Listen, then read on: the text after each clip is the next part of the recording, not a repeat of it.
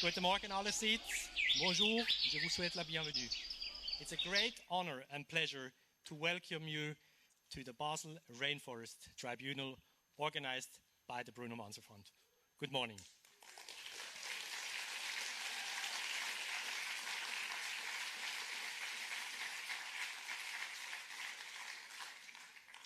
First of all, today's language is English. However, we have a simultaneous translation to German and French.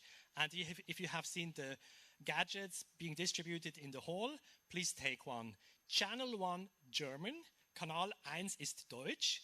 Channel 2 is French. Vous trouvez la traduction simultanée française sur Canal 2. And please, I would like to ask you also to switch off your handphones. Thank you. I would particularly like to welcome our friends from Sarawak who have crossed the jungle, the sky, the ocean, and the River Rhine this morning to join us here. Welcome. Selamat datang.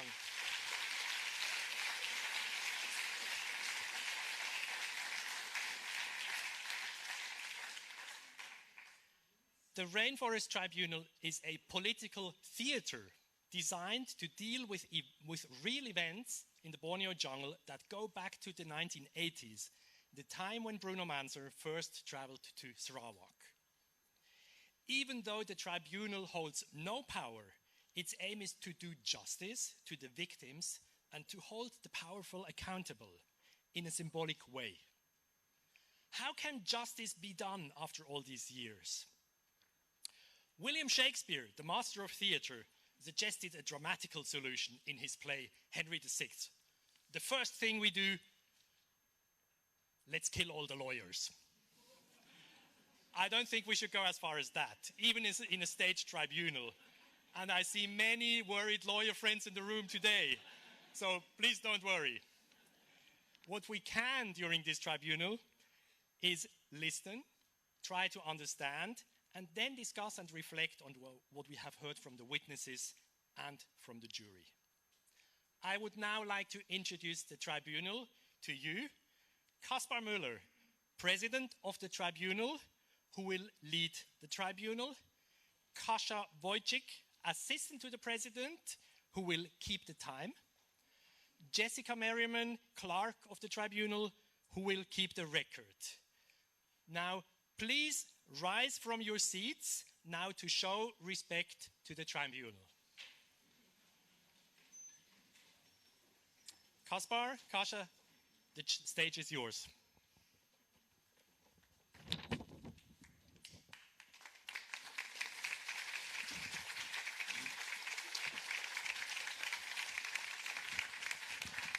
Thank you. Please take your seats.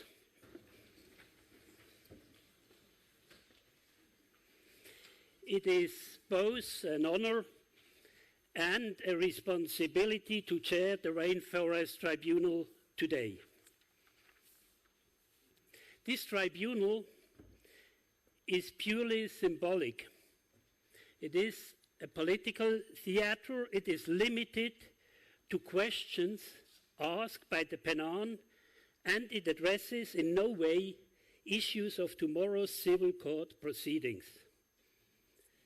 Such a tribunal requires from all participants great respect for the task, great discipline, and the awareness that all answers be to the best of one's knowledge and conscience or correspond to one's own experiences and thus to the truth.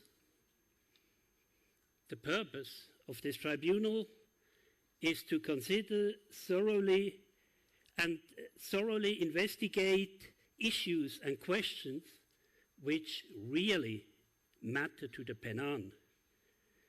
The Penang have written a letter to the Rainforest Tribunal, and they asked the President and the jury that these questions and issues be thoroughly investigated and considered. They have put the investigation into our hands. We have received this letter this morning prior to the tribunal, and are now asking one of the community's representatives to read the letter to us. Please, Mr. Komeok, come to the stage and read the letter. Thank you, Mr. President. Bonjour, Janivun. As you see behind here, you see the text, it's in Penang. So because you don't understand the Penang, I will try my best. This is not my mother language. I try my best to read this letter to you all. To the Rainforest Tribunal in Basel, Switzerland. Requires for the investigation, our forest is gone. Where is the money? Dear Mr. Chairman, jury, and the Rainforest Tribunal, we, the Penang leaders from the Limbang, Tutoh, and Baram watershed in Malaysia, Borneo, have heard with great concern that Jamilah Taib Mahmud, Sarawak governor's daughter, who is living in Canada, is suing the Bruno Mansa Fund for statement they have made in support of us and for the attempt to bring the proceeds of logging back to Sarawak. Bruno Mansa Fund has been support the Penang communities and work for the protection of our forests since lucky Penang times in 1980s. For they fearlessly stood with us during our struggle is very difficult times and continue to do so. The governor's daughter has no right to complain and go to court. Her father, Taib Mahmud, is responsible for the destruction of the forest. He himself did admit that he gave her the money of start her multi-million-dollar business. She never lived in the forest. She left over 50 years ago and has no right to benefit from the proceeds of our land. We therefore ask the Rainforest Tribunal investigate the questions that really matter to us, Penang. Number one, what is the extent of the destruction of the rainforest in Sarawak compared to other regions in the world? How does the loss of the forest impact wildlife, plants, climates, and all human beings? Number two, why is the rainforest so important to us, Penang, and other indigenous communities? How did deforestation change our life? Why did the government not listen to us when we stayed blockade and fought to preserve the forest over all this year? Why have our rights over the forest not been recognized over all these years? Number three, how much money have been made from the destruction of our forests? Where is the money go?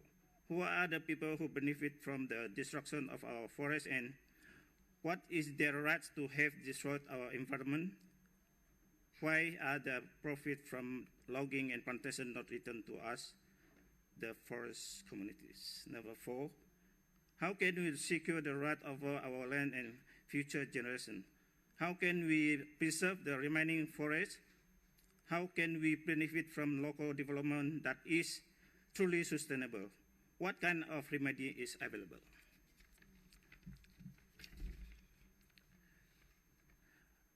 We would like to emphasize that this time has come to talk about remedy. Our forests, our land have been taken away from us. Our culture marginalized, our people discriminated.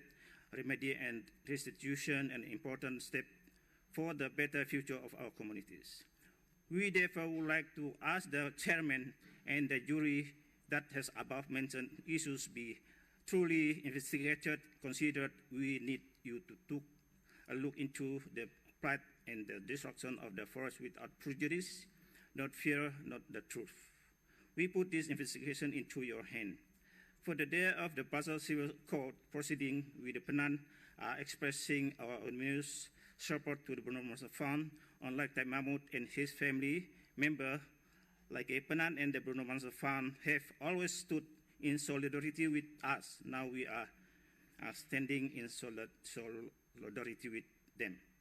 Jan Kinin, thank you. This is the message from all the Penang from Sarawak who work with me and we support Bruno Mansa Fund. Thank you very much.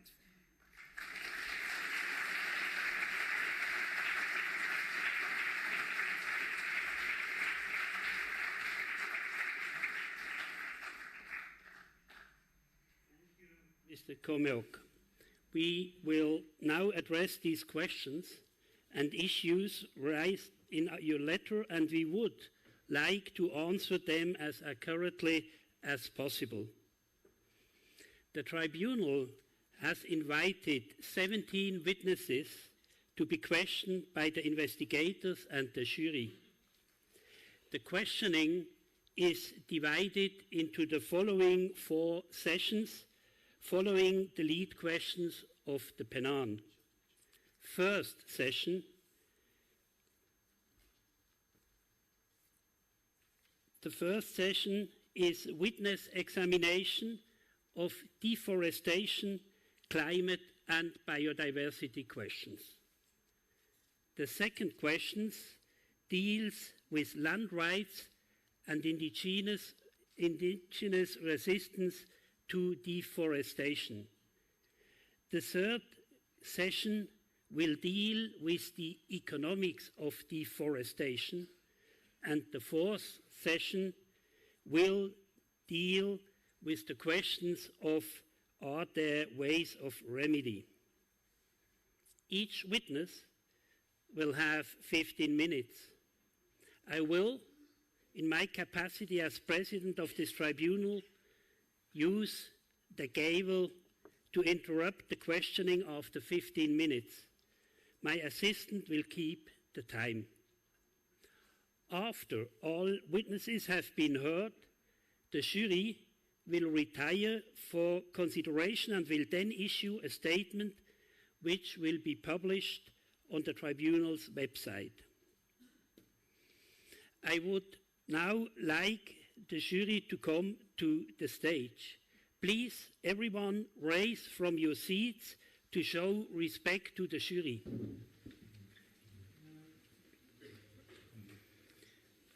Jury, please come to the stage.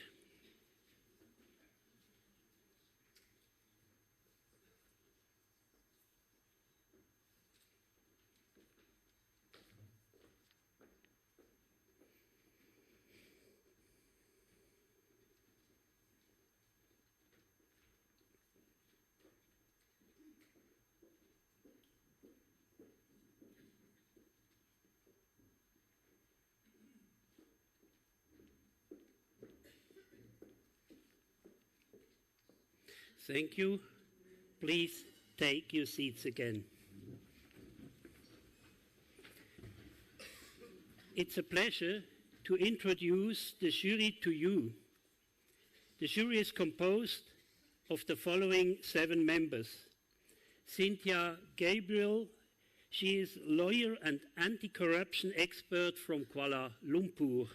She is the chairperson of the jury. James Bujang, he is a Penang activist from Sarawak. Nina Buri, she is lawyer and expert on business and human rights at HEX in Zurich.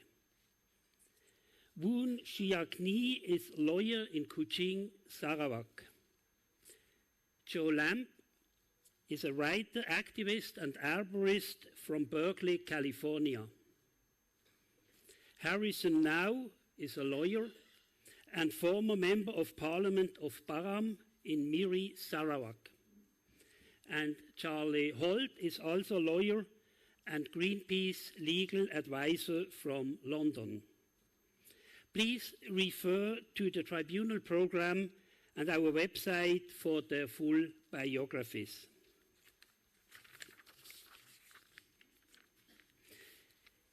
We now come to the swearing-in ceremony of the witnesses.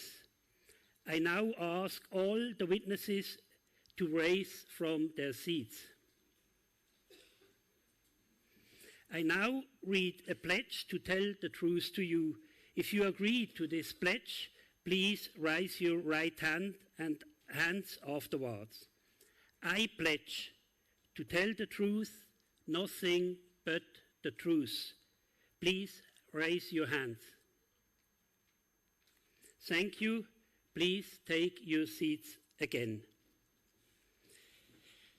The tribunal is hereby constituted, and I declare the first Rainforest Tribunal in Basel open.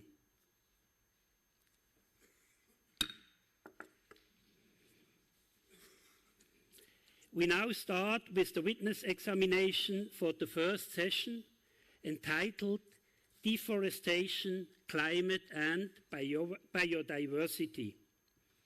The topics of session 1 to be investigated are: what is the extent of the destruction of the rainforest in Sarawak compared to other regions of the world? How does the loss of the forest impact wildlife, plants, the climate, and all human beings? A video clip has been submitted as evidence to the tribunal. Please screen the first piece of evidence.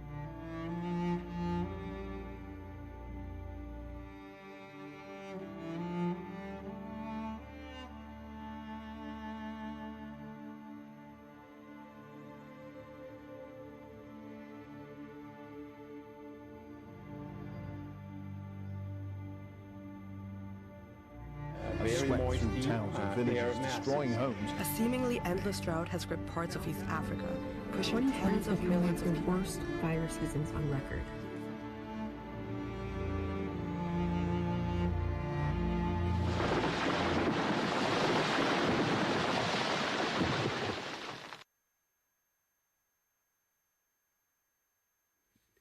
I call now the first witness to the stand. Dr. Claude Martin, please take the stand. Dr. Claude Martin is biologist and former director of WWF International. He is a world-recognized tropical forest expert. He is a member of the Club of Rome, and he was banned from entering Sarawak in 1993. Mr. Martin will be interviewed by investigator Sophie Schwer, project coordinator at the Bruno Manso Fonds, who will interview all witnesses of this session. Mrs. Schwer, please go ahead. Thank you, Mr. President. Our first question, Mr. Martin, how do you view the deforestation of Sarawak in a global and historical context? Thank you. Thank you, Mr. President, honorable members of the jury, honorable members of the Penang community, ladies and gentlemen. I will give you a short overview of the situation of tropical forests as it is presented today and in historical context.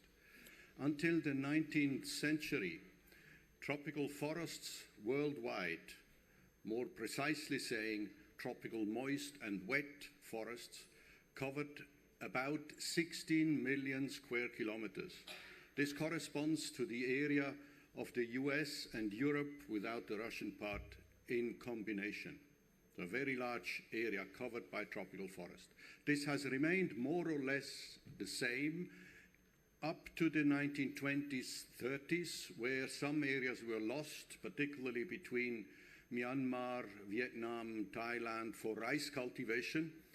But tropical forestry was not really an issue at that time because mechanized tropical forest exploitation was not yet possible, at least not in remote areas. This remained more or less the same until after the Second World War.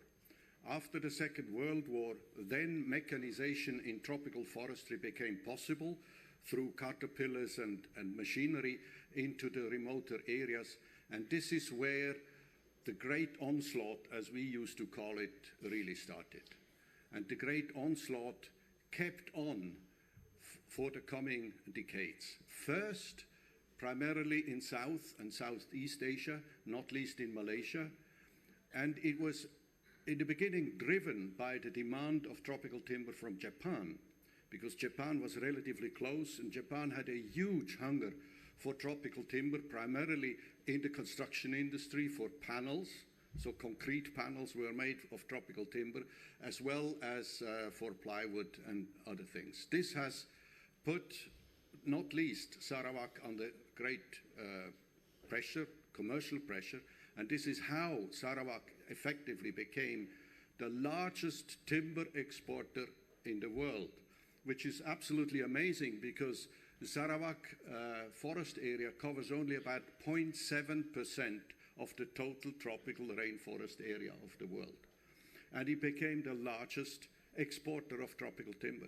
There are reasons why this was possible. First of all, because of the high density of dipterocarp species, which can be exploited. And it led to a very intensive exploitation of 10 and more trees per hectare.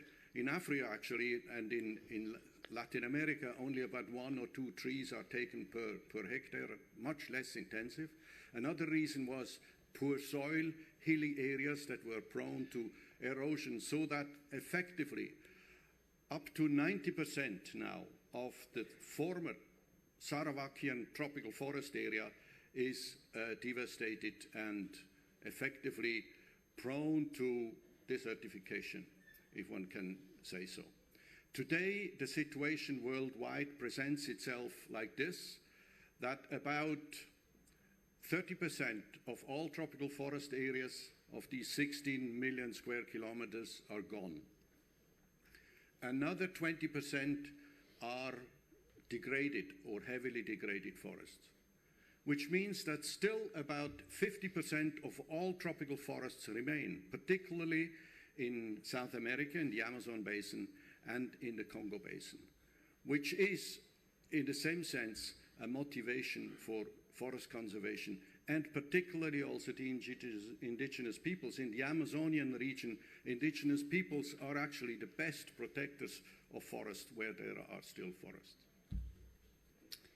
What were the reactions from the international community to the extent of logging in Sarawak? Well, in historical times, the first report of effect of logging or forest disappearance happened in 1976 when FAO produced the first tropical timber and tropical forest report. Amazingly, at that time, many countries did not know what their area of tropical forest was. Particularly Amazonian and African countries had no clue how large their area was, because there was no satellite recognition. But when this report was published by the FAO, many organizations like my own started campaigning for tropical forest conservation, for biodiversity. Climate was less an issue at that time, but started campaigning for tropical forest conservation and their people. As a matter of fact, also Bruno Manzer's case became public, first through some articles in the German Geo magazine, then taken up by National Geographic magazine, by BBC and others, and this created effectively the pressure on tropical forest producers. Are there any questions from the jury?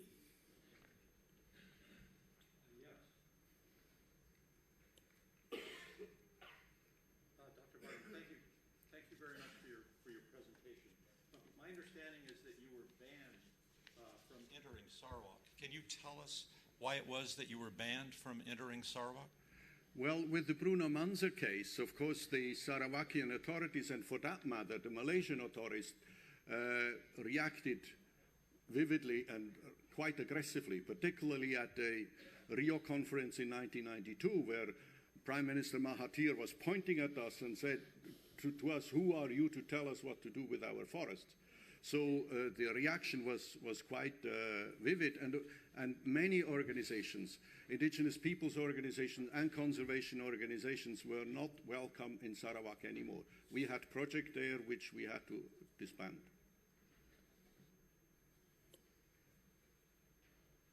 Dr. Martin, in March 1992, then Malaysian Prime Minister Taib Mahmud wrote a letter to Bruno Mensa in which he accused him of interfering in the internal affairs of Malaysia. And at the same time, in the said letter, he also, Mahathir also told Bruno Mensa that all countries in the world have the same right to use their natural resources for their own benefit and development at their discretion. Do you think Mahathir was right? Well, at that time, probably in Malaysia, even people would not have said that he is right, because Mahathir did not, in a proper sense, represent the will of its own people, because this was, in a sense, a totalitarian regime, particularly in Sarawak. By the way, in 1992, Malaysia was also a member of ITTO, the International Timber Organization. He became a member of the Biodiversity Convention. He became later on a member of the Kyoto Protocol of the Climate Convention. So they were, in a sense, tied also to a global responsibility. In this sense, I'm sorry to say, but Mahathir was wrong. There is some time left. Are there other questions from the jury? If this is not the case, thank you, Mr. Martin, for testifying. And if I have a few minutes, my watch says six minutes. I can give you a little additional information about the situation, particularly in Latin America and in Africa, because deforestation was much less rampant than in Asia, and particularly not in Sarawak. There is no country that has a 90% loss of tropical forest like Sarawak has to account for today. This has a lot to do with the fact that timber, or rather forest deforestation, started much later in Africa, or a decade or 2 decades later, and also in Latin America, particularly Brazil. But you have seen what Bolsonaro has done, another totalitarian ruler that certainly turned around a very good legislation that Brazil had. So these top rulers had a huge impact on what happens to tropical forests. But even today, the Amazonian forest is still to approximately 80% intact if you compare that to the situation in Sarawak. In Africa, it's the same. The causes for deforestation were different. In Africa, it was mainly slash and burn farming, timber to a certain extent, and conversion to oil palm plantations. In Latin America, it is mainly outright clearance, not just selective exploitation, but outright clearance for cattle ranching and soy production. So these are serious reasons for deforestation as well. But the example of Sarawak stands out globally as probably the worst example of crime on tropical forests. Thank you. Thank you, Mr. Martin, for testifying. Thank you.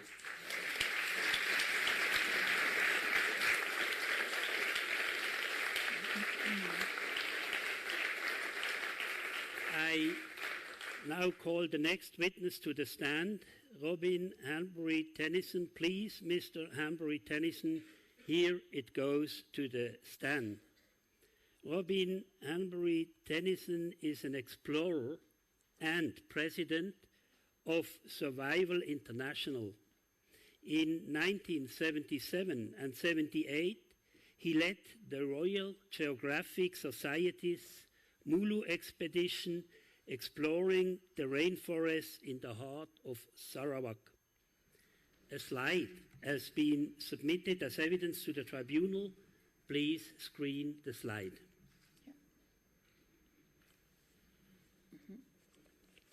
Mrs. Schwer, please go ahead. Can you please share with us what did you find in the rainforests of Sarawak in 1977 when you first went, and what did you find when you went back? Thank you. In 1977, I was privileged to be the leader of what turned out to be the biggest scientific expedition ever to leave Britain, when I took 115 multidisciplinary scientists from some 10 countries around the world, 30% Malaysian and many other nationalities, the top people in the world, to examine a tropical rainforest and see how it worked. And the area that was chosen was Mulu, the recently gazetted national park, the biggest in Sarawak, very largely unexplored at that stage. We spent 15 months examining the rainforest from every angle, and in fact, my forest ecology group, examining how the rainforest actually worked, cracked the rainforest code. They worked out how rainforests actually exist. Before that, it was largely misunderstood that you had this wonderful biodiversity, this very rich environment, growing on what was effectively a desert, because when you cut it down, there was only a tiny bit of soil and all the nutrients were washed away. What we discovered was that how that can happen, how you can have all that biodiversity and richness on a desert. And the reason is that the nutrients are all held in the trees. And when you remove the trees, you are left with a desert. So that really began the whole rainforest movement worldwide, was part of that. And our scientists made extraordinary discoveries in this wonderful area, which contained every habitat from the montane forest down to everything except mangrove forest, but lowland rainforest.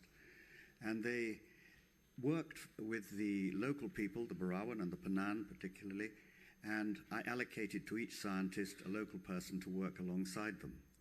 And they found an immense number of new species that were undiscovered, and they probably by the end of our expedition, Mulu National Park was the best researched tropical rainforest in the world. Let me give one example of how they worked together. The top palm expert and rattan expert in the world, John Dransfield, from Kew Gardens in London. I sent him into the rainforest with a Penan called Lelo, 16-year-old boy, and he worked for 3 weeks. He came out at the end having raised the number of known rattans from 10 to 120, giving them Latin names.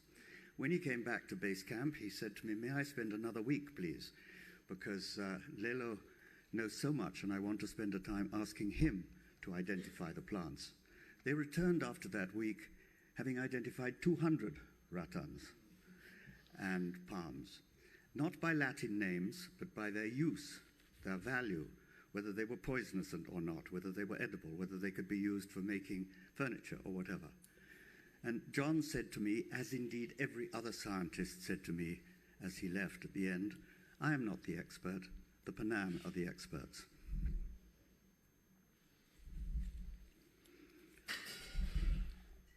Can you explain to us what does the depletion of Sarawak's forest mean for the world?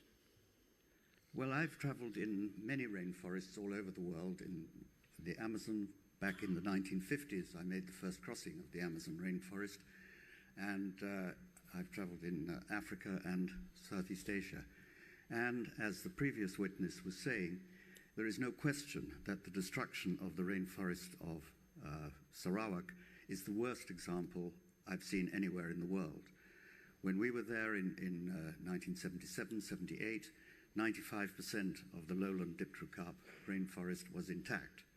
And again, as the previous witness said, only about 5% remains. It is the worst example of tropical rainforest deforestation that has been seen anywhere in the world. Are there any questions from the jury?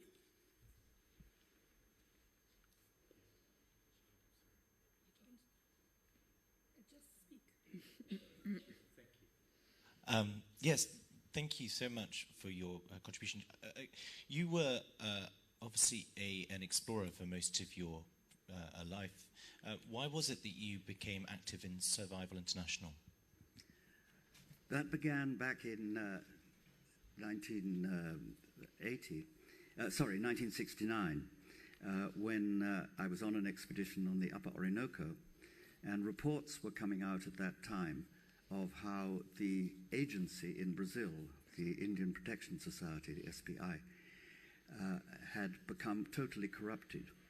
There were reports coming out that one tribe a year was dying out, and that there was no international organization then representing indigenous people.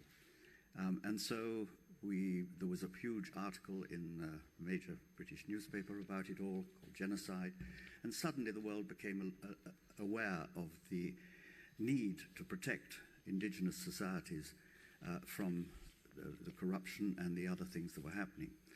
And so we started Survival International.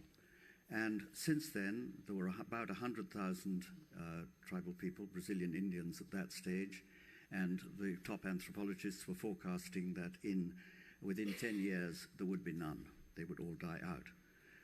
Fortunately, by alerting the world to the existence of indigenous people, and I think that is the most important thing Survival International has done, I don't believe there's a primary school anywhere in the world now that doesn't have a picture of an indigenous person with a feather headdress or whatever, and the story of how important they are to the understanding of nature and of the world.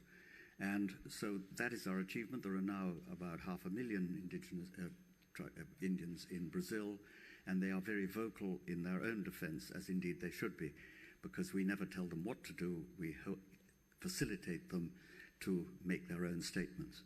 And that has been our success, and it has changed the world.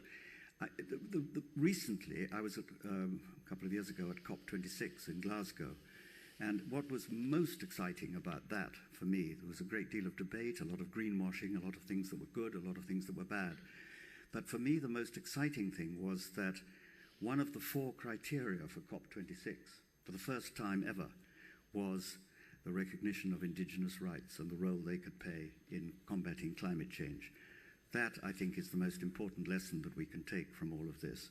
And as time goes on and we attack climate change and find ways of dealing with it, the role of indigenous people throughout the world is going to be one of the most significant factors. We have to readdress our approach to nature and treat nature with respect, as they do and as we manifestly do not.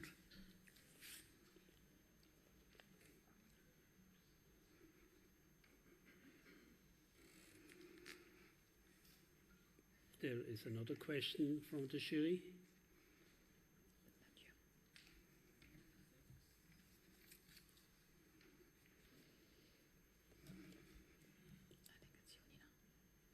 There is still some, yeah, please. Okay. Would an alternative development without destroying the forest have been possible? Absolutely. Another way of developing the forest is now clearly the correct way to do it. We demonstrated with our expedition back in the 70s how significant and how important, how diverse, how rich the rainforest was. And we asked the world to protect the rainforest. Unfortunately, we were unsuccessful, and the last 45 years have shown how rapid destruction can be if it's allowed to run unmanaged. The alternative, clearly, would be to manage the forest sustainably and to use the wisdom of particularly of the indigenous people of the Penan to make that be manageable. The Penan way of life, traditionally through hunter-gathering, was eminently sustainable, and the annual migration would leave the forest in the same condition as it was at the beginning. There is no reason why we should not harvest the forest and get the benefits of the huge richness and diversity of the tropical rainforest, and at the same time use the produce to benefit the people so that they can have the best of both worlds. There is some time left if there are other questions from the jury. What role should indigenous people play in the restoration of the forests? What a wonderful question. Thank you. Absolutely integral role. Our dream with the Mulu expedition was that after we left, there would be a university of some sort, scientific research there, and that top scientists from all over the world would again return to Mulu, and that the experts that they would sit at the feet of and learn from and cooperate with would be the Penang. This has not happened, but the knowledge is still there, and it is still my dream that proper scientific research will continue. It is nearly 50 years now, and our plan is that in the 50th anniversary of our expedition should be shown by starting something like this, where scientists and local people should work together, getting the best of both worlds and making it possible to benefit in so many ways from this last remnant of pure tropical rainforest that Mulu represents, and indeed to expand it and gradually to get rid of the palm oil plantations, as we are successfully doing around, and the new plans to expand and to recreate the rainforest in a huge area. It is possible to do this. It'll never be as good as the original primary forest, but restoration of rainforest and indeed temperate forests in other parts of the world, as I'm also involved in, is now a real possibility, and that is the future. Only by trees, planting trees and growing trees, can we really combat climate change. It is the most efficient way. There are all sorts of wonderful scientific methods being practiced and examined of carbon capture and storage, and all these exciting developments, which I believe have a big role to play. But everybody comes back to the main issue, which is that only trees sequester carbon effectively from the atmosphere and reverse climate change, which we all now know is the big disaster facing the world. Thank you. Thank you for testifying.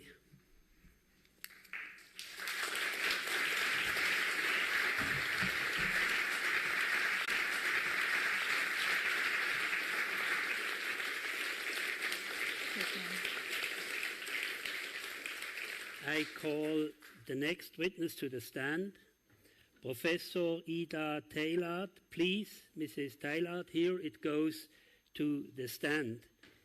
Professor Ida Taylor is a biologist and professor at the University of Copenhagen and the chair of International Work Group for Indigenous Affairs. Mrs. Schwer, please go ahead. Mrs. Taylor, as a botanist, looking at the destruction of Sarawak's rainforest, where do you see the main problem in terms of biodiversity? Thank you. Thank you, Mr. President, honorable jury, honorable Penans. As we've heard this morning, 90% of Borneo's rainforest, or Sarawak's rainforest, was destroyed at a level not seen before in human history. As a consequence, Borneo now ranks among the most vulnerable biodiversity hotspots globally. It can be exemplified by the dipterocarps. Those are the giants of the rainforest, typically reaching heights of 50 to 70 or even 100 meters. Their distribution is pan-tropical, but the greatest diversity occurs in Borneo with almost 300 species. It is important to say that 7, so before the onslaught began, by ecologist MacArthur and biologist E.U. Wilson. The theory predicts that a loss of 90% of the habitat results in a reduction of 50% in the number of species that habitat can indefinitely sustain. In conclusion, the Taib reign knowingly and willingly granted concessions that may lead to the loss of almost 50% of Sarawak's biodiversity. I would finish my answer by quoting the great biologist E.O. Wilson. He stated at the time of the publication of his theory, to save Borneo's biodiversity requires all the technology, science, and moral commitment we can muster. Sadly, Taib mastered none of these. We've touched upon the topic of palm oil a few times. Large tracts of Sarawak rainforests have been converted into all palm plantations. Where do you see the main problems of all palm plantations on former rainforests? Now, I visited Sarawak regularly since 1986. My most recent visit was to Mulu in July this year. I've traveled up the major rivers of Rejang, Balui, Baram, and the Tutu. I trekked from the highlands in Barrio to Petik and to the lowlands, and everywhere I witnessed the destructive logging. Later on, secondary forests, still rich in biodiversity, and which could have been rehabilitated to biodiverse forests, were converted to oil palm. So it is clear that today agribusiness has overtaken logging as the main threat to biodiversity in Sarawak. Biodiversity-wise, oil palm plantations are like deserts. These are monocultures.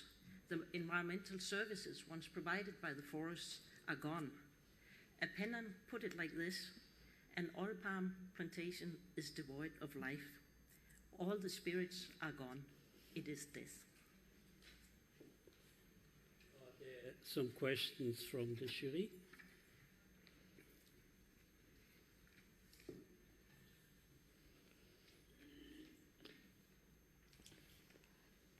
Thank you very much.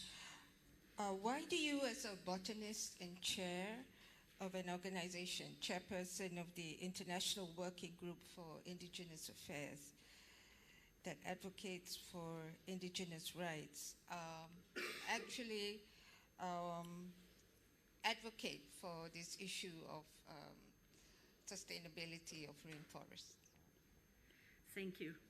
It is true, I'm a biologist, and my PhD is in tropical botany. But during my visits to Borneo, I was fortunate to stay with the Kayan, the Kilabits, and the Pennon.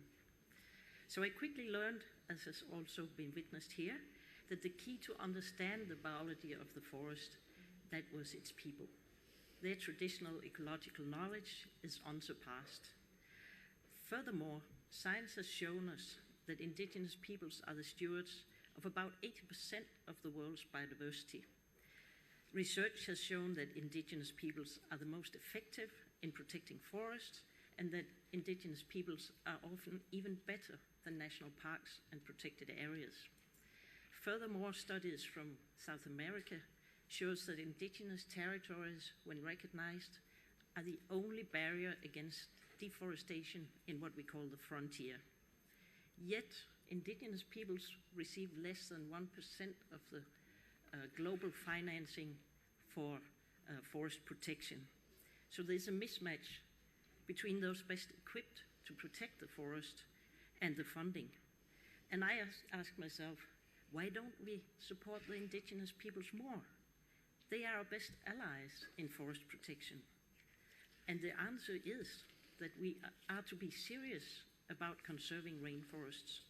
We must protect, defend, and promote indigenous rights. Indigenous people's rights and biodiversity goes hand in hand. First, thank you very much for your testimony and sharing your expertise with us. I have maybe a bit of a critical question. We have heard now so much about shocking numbers, devastating numbers about deforestation in the region. But how can you exclude scientifically what role indigenous people themselves play in deforestation? Don't they also play a role, maybe? Well, they live in these areas, and we have heard that in some areas they do slash and burn, mainly sustainably, leaving the forest before they come back. And let me say this, it is a misconception that the indigenous peoples drives deforestation. It has been successfully championed by governments and by the private sector with an interest in concessions. It is now more than a decade ago that the FAO published documentation that agribusiness, industrial logging, and hydropower are the main drivers of deforestation. So with all respect, industrial scale timber extraction has proven detrimental to indigenous peoples all over the world. There's a word for this, ecocide, defined as a mass destruction of nature by humans. The independent expert panel for the definition of ecocide describes it, and I quote, unlawful or malicious acts committed with knowledge that there is a substantial likelihood of severe and widespread or long-term damage to the environment by being caused by those acts.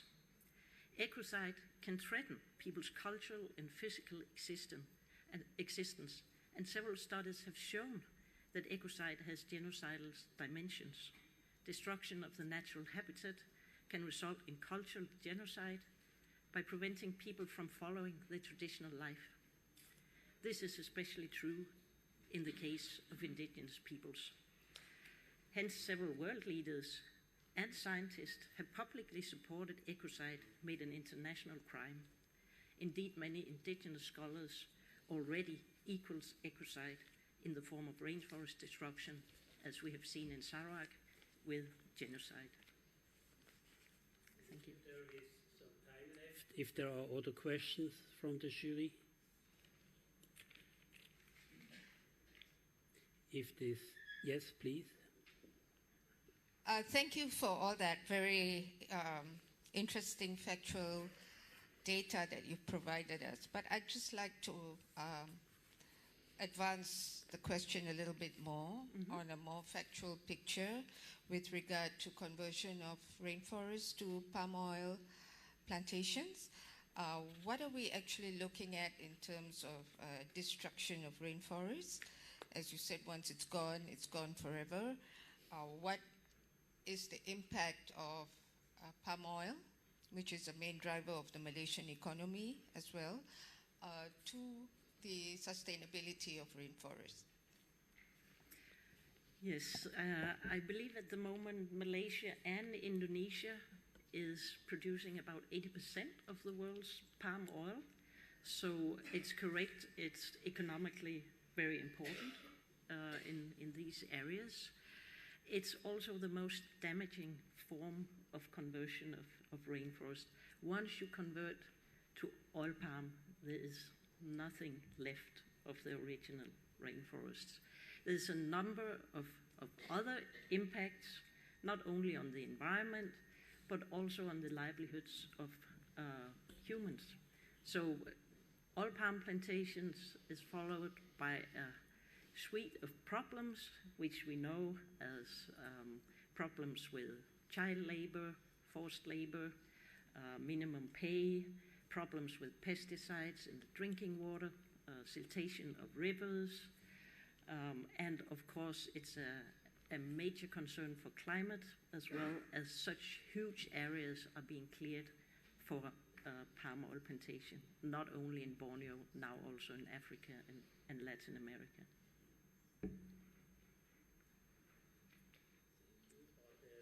Other questions?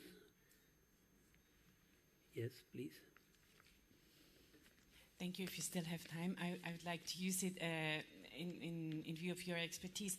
What we have heard already before from the witnesses before, scientists then turn into activists. What role does science play, in your view, to change policy? Maybe I'll take point of departure in the COP15 on biodiversity, which was held in Montreal December last year, and which was, I think, setting some new directions for how we treat nature and biodiversity.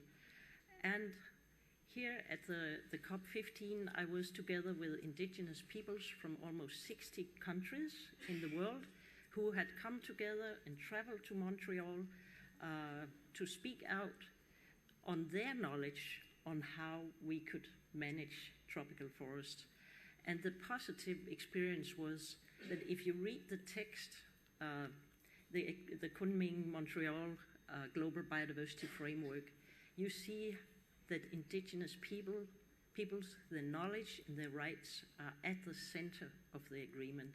So the international community actually came together, recognizing if we are to reverse the trends, we really need the knowledge of the indigenous peoples, and it's in the international agreements. Now we just have to implement it.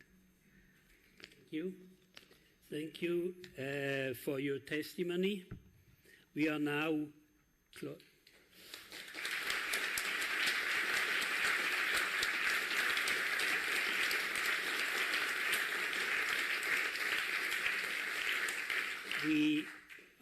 closing the session on deforestation, climate and biodiversity, and we are taking a coffee break until 10:30.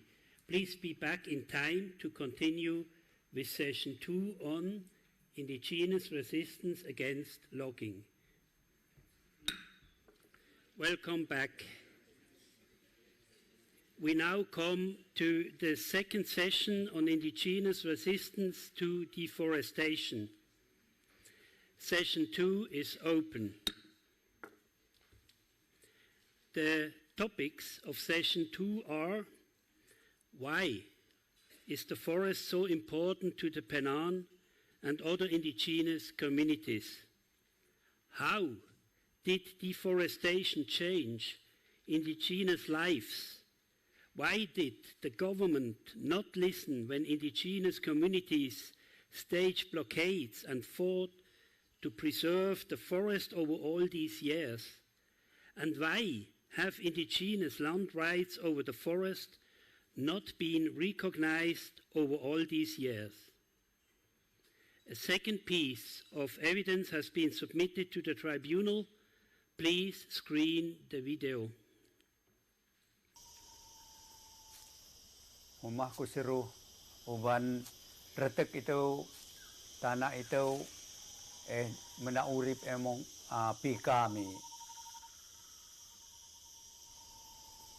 Aku pawe ba mateng ke musit tete naat kekat buah naat kekat gunah ke natasa. Awe 30 tahun teneh lepas nari. Aku pun nyakat, aku pun lakau benarak kini ini. Be pun inu kena jamame. Enanya tenolong meri iso tanah tu kena jian. Be pun iso ne kena jian. Sahau aku pun lakau pah tipu tanah. Barak ngan kekat kelunan samusit, pah be kelunan jauh. Tenemu ke kenalan ke omong manu pengepawah tong retek tong jalan ke pawe ke temu ngan kelunan jauh Secretary General United Nations sahau aku te barak kat penusah ke ngan kekat kelunan pati potana. Jadi pun 30 tahun terlebih teneh aku mena pengepale winah penyawe kekat gaya benarak kirai beja pun pengepale dai kelunan masuk lem ne toka aku nyakat jin sahau rai pah awe dau itu pawe ke moko situ tong reteke tong bapayau tu moko lem jalan kira apat ke lem jalan itu. Aku pernah manu surat manu hak pengenyat ngan perintah pun tong Sarawak situ ngan lagi Taib Mahmud oto ku manu surat Cina pawe hun itu kura kekat surat pun jeluak surat kura-kura kekat keluk nebangan surat ame menyat nolong tong kekat itu be pun ala inu uban ke oto pane kenan inahlah aku ngan laki pane kenan inah pa habe ame kenamit rai. In the 80s the Penan started showing the encroachment into our forest.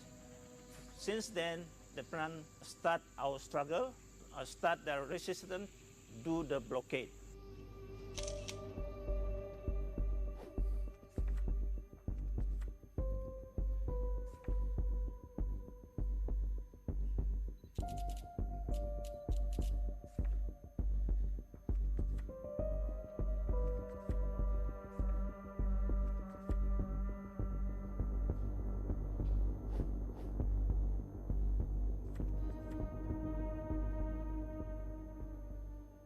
One of the biggest problems that was faced by them was we couldn't get lawyers to represent the indigenous communities.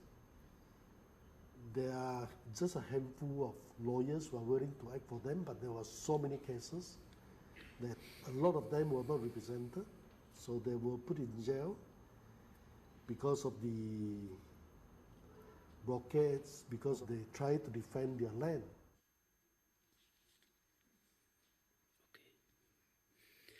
I call the next two witnesses together to the stand. Mr. Unga Paren and Mr. Mutang Tuo, please. Mr. Tuo and Mr. Paren, please take the stand.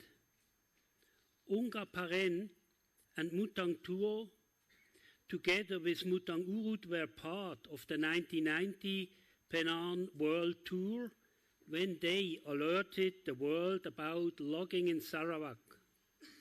33 years later, they have come back to tell us about what happens since.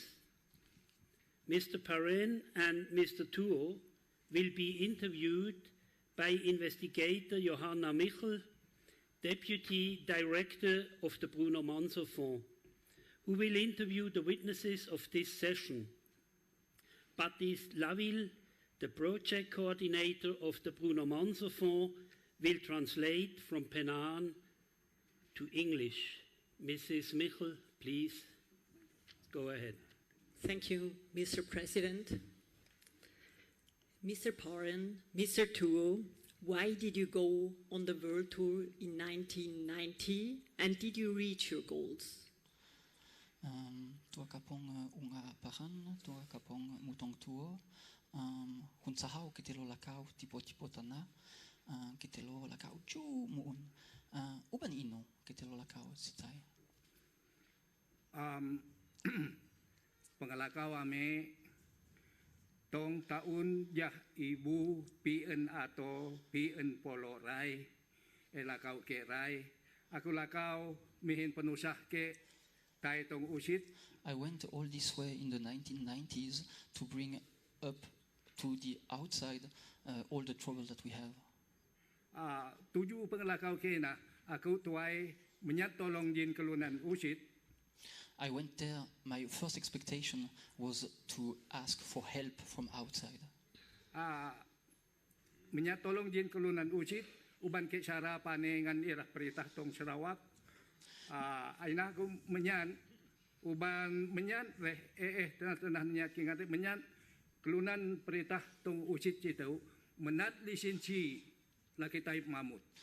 I went to ask for help from outside because inside the country, the government of Sarawak was not willing to hear from us. So I was on this trip all around the world to ask for help from outside, to discuss with the government of Sarawak, and especially to ask to put pressure on the government of Sarawak to withdraw and to take back all the timber license. Tapi jin kelebe inah ni di ame mana be puun ino enanun esenwai ne ina doko ame pitah jalan kepe doko kemek mapat. But we went back and we were full of expectation and hope. But in the end, I can tell you that we waited but nothing happened. So we had no other option left than to raise up blockade.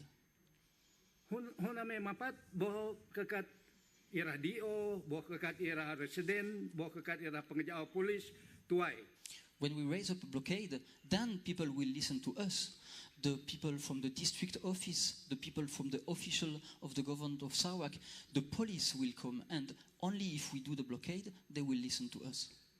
Jadi hun ira netengame, ira tuai tabi naku, netengah ubanino kau mapat. When we do blockade, first they come and they ask me, why are you doing a blockade? What are your problem? Hake bara itu kekat ka perintah bara ke kiwu kemajuan hak ke hake. Tapi ame penan ba ame kiwu kemajuan hijuk nanu ka hana ame tuai situ menyan ame temukan ka perintah. Doko ke metak kelunan kepeni itu mai tuai nasaan hame tanah. So they say, why are you not following us? And he answered always to them, we We don't want to follow the destruction of the forest. What we want is you to respect our rights, and we want you to pull out of our area.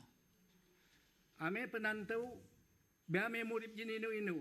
Tanak tau ekene penoko me tau ekene menyat ka pakao itu doko ke tanak tau moko. Itu urip ame, itu raja ame. Each time I have to explain to them, the money, we cannot eat it here in the forest. We need the forest for our daily life. The forest is the one that is giving us a living.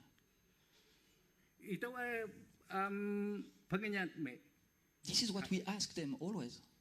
Memang ke mena penyukat nganame, yaina hak pada hai rahri. Please bring us our rights. Ina omok purip ame. This is the way how we can live. Hun kana sa tanah ketem laong pengurip penan na tanasa kesina. If you destroy the forest, we are not able to live. Everything is destroyed for us. Ave hun mah hake toka ku murip. Kalau kekat pengenyat me tu be nenak ke. All of the problems that I have, I try to bring it to you. Nia to ke be nenak ke ave hun mah pun to aku murip penan nadang nyakat. From the beginning on until as long as I will live, I will stand and I will protect the forest. Uban ame seru hunitau kekat projek kemajuan kunah ketau manu kelunan kari manu kelunan matai manu kelunan sakit. Because all what you are bringing to us when he discussed to the government, you bring us project. Your project, they are making us even more poor. Their project, they are making us sick. Hunina, aku seru, aku juk mihin laki ketua polis AF paningan ke kuna kini. Ke juk mihin ne tai tawin ba. Kau seru itu project jan, aku makit ba tuah kuat mesep. When we do the blockade, I ask to the policeman, come to the river with me. Look, this is muddy river. Do you want to use this water for drinking? Do you want to use it for washing? Of course no. This is not good. Mematay anak, mematay redo, mematay kelunan, mematay rakyat ko. This river is killing our children, is killing our women, is killing our life. Ina ha ke tobo ina. This is what I always say to the people when they come to the blockade. Thank you, Mr. Tuo. Mr. Paran, how is the situation in your community and how you fought for your land and against rainforest destruction has been over the past 30 years? Tua kapong mutong tua hunito tong lebo ko inon akam inon jalan muhip tong lebo ko ngan puun ole musit jin pengulakau sahau. Aku mutang tu aku tuai barak hak jin kenin kemun ngan hak tenang. My name is Mutong Tuo. I come here and I promise you I will give you my reality and I will give you the truth about what I live. Omong tosok pina tapi kelunan be omong lebih. Jadi aku cuma nak suta awak. I could tell you for hours, but now I know I don't have time, so I will try to make it a little bit shorter. Tong ko ngatong jalan ame din ka omi din sitaw urip ame tusah ngan sutuk ngan kate.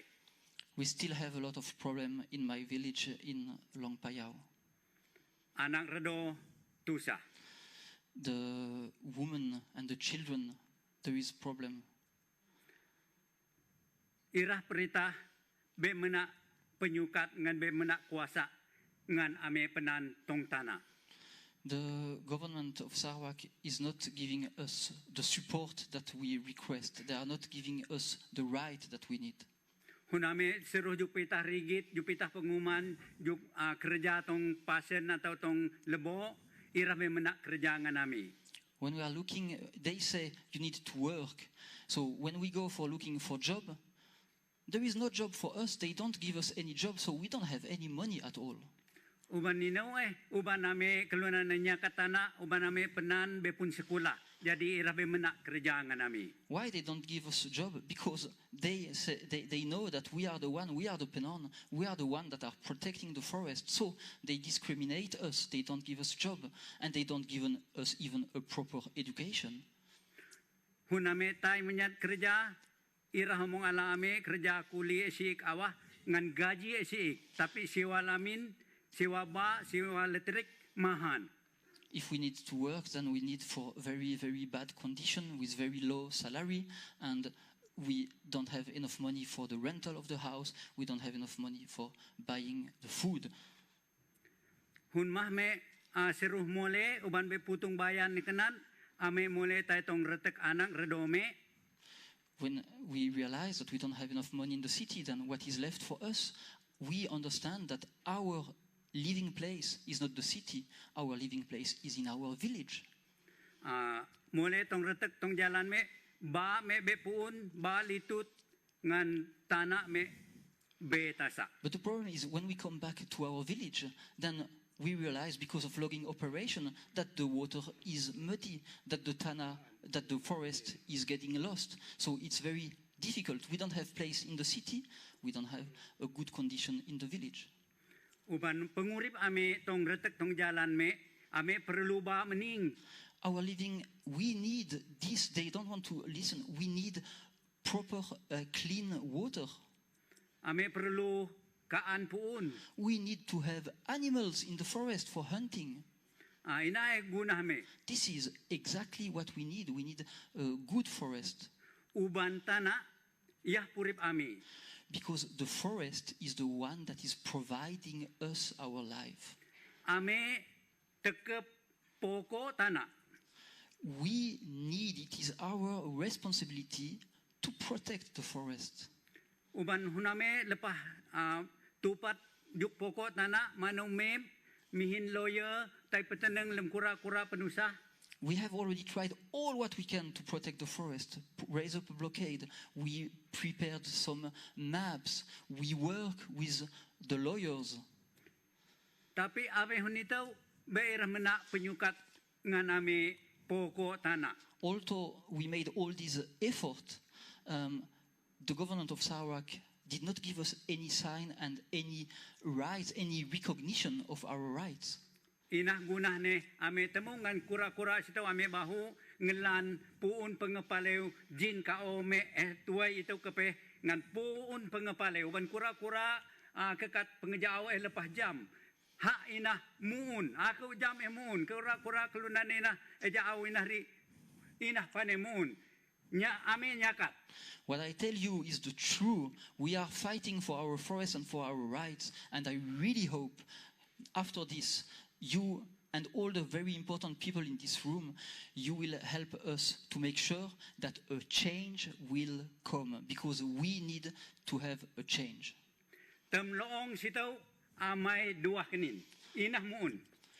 All of us together, we must be together. This.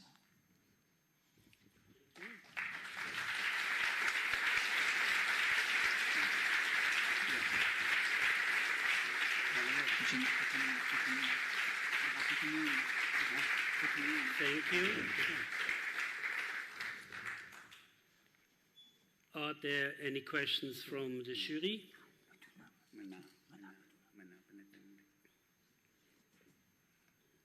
Jan kenin, situ akun teng. Kini pun perintah ngakun retek ngan hak kokai. Now I need to change to shift the translation. Okay, please let us know on your experience. Did the government provided you any rights? Kini pun perintah ngakun retek asin hak kokai. Be puun perintah aku nak kini ini. Kalau perintah pun ngakun be lah aku tuai nak kedeng situ. Ina aku panen ni perintah be pun perintah ngakun. Oh dia nunga molek ke aku ke ngeshop itu. Be pun. He said, of course they don't give us any rights and any land rights. If I would have land right, I would not be doing all this way, and I will not stand here. I am here because I have to say that I want to have my land rights. Kepe aku juneteng. Ino pengapaleo atau pedusa lebo ko nanu ko penito. Pengapaleo jinbuun. The second question is, okay, what have changed since that time in your village? Did something changed? Is something better? Pengapaleo bari hak penetengkok na. Kalau pun pengapaleo pengurip penan, be aku manuk kanyo tuai situ ciik pe pengaleo pengurip penan. Aku bara puun. Kalau ni sama sekali be puun bari itu aku be bara puun. Okay, I come here and I tell you honestly, really the truth. The change that I asked before did not came yet. We still need to have change for our living condition. There is some time left if there are other questions from the jury.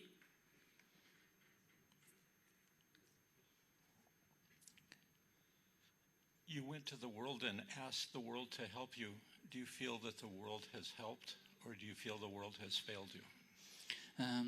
Sahau kepe, kau lakau tipo tanah, kau mihin ha tipo tong sa usit, kau nyoho ira kelunan sa usit tuai nolong, kau soru ira sa usit ira meneng, ira pun meneng muun atau be.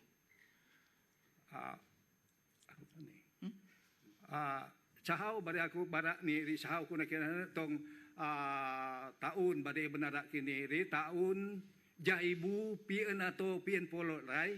In 1990 I made to this world tour. Ina pe penusaha benarak ke ngan resitai rai. Bari hake uni tu nari ke nyoho perintah situ menjatolong jini rasitu uban ame seru ame sitai perintah situ lebih gahang lebih pun penyukat jin perintah sitai.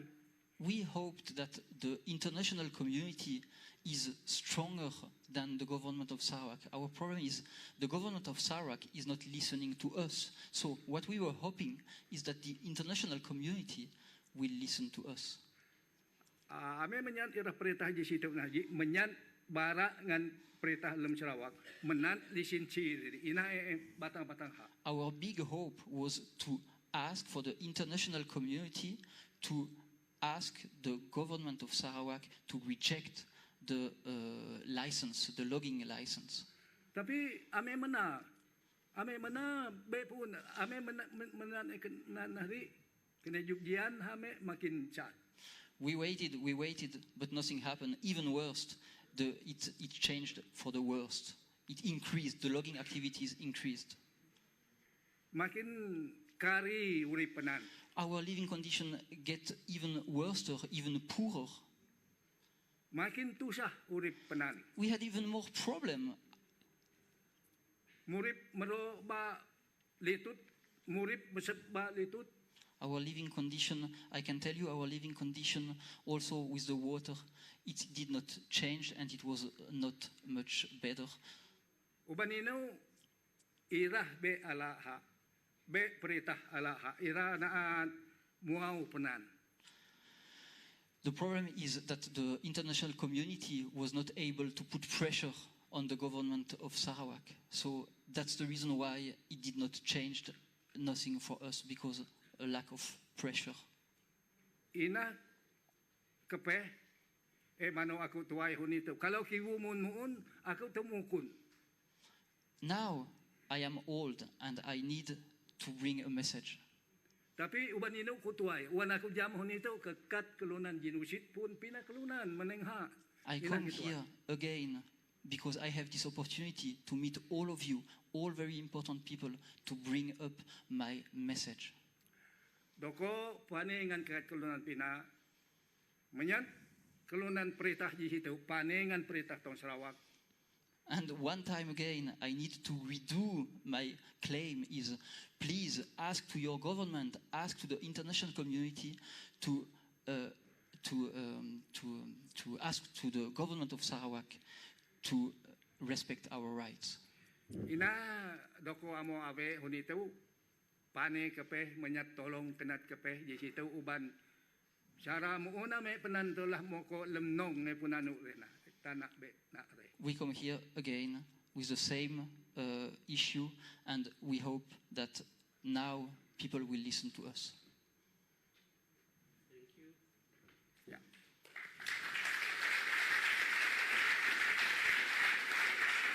Thank you, Mr. Batis-Laville, for the translation. Thank you, Mr. Unga Paren and Mr. Mutang Tuo for testifying. Thank you.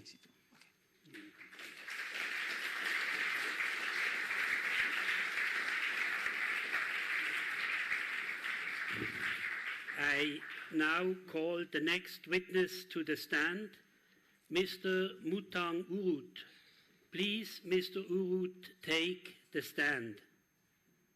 Mutang Urut is a human rights and environmental activist who has been in jail for his activism.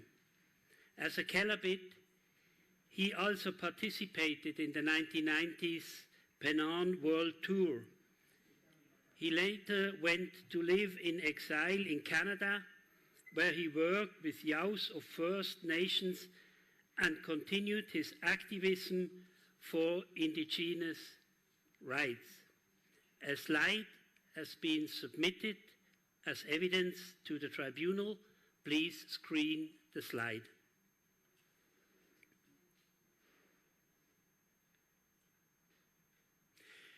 Mrs. Michel, please go ahead. Thank you, Mr. President. Mr. Urut, you have been one of the leaders of indigenous resistance and were, as a result, arrested. Could you tell us the circumstances of your arrest and how it affected you? Thank you. In 1991 and 1992, I was helping Komyok to facilitate the last long blockade of the Penang in Baajang. I also facilitated local and international media to report on this blockade, like CNN, BBC, ABC, and many more. I also guided a member of parliament from Canada to the blockade. This was when the secret police came knocking on my door at 1 midnight in the town of Miri. I was quickly put in the local police cell. A few days later, I was driven 9 hours to Kuching prison in handcuffs. I was blindfolded. For once, I was feeling really scared in my life, like a chicken to the slaughterhouse. I was put in solitary confinement for about a month. There I was interrogated night and day. At one moment, I lost my mind. I thought I lost my mind. I didn't know whether I was taking my breakfast or I was taking my dinner. One of the goals of my arrest was the government wanted to find out how they could open the blockade. In fact, there is a law for the police to be able to open the blockade and arrest the Penang. But they were afraid of the Penang's blowpipes because they were carrying blowpipes everywhere.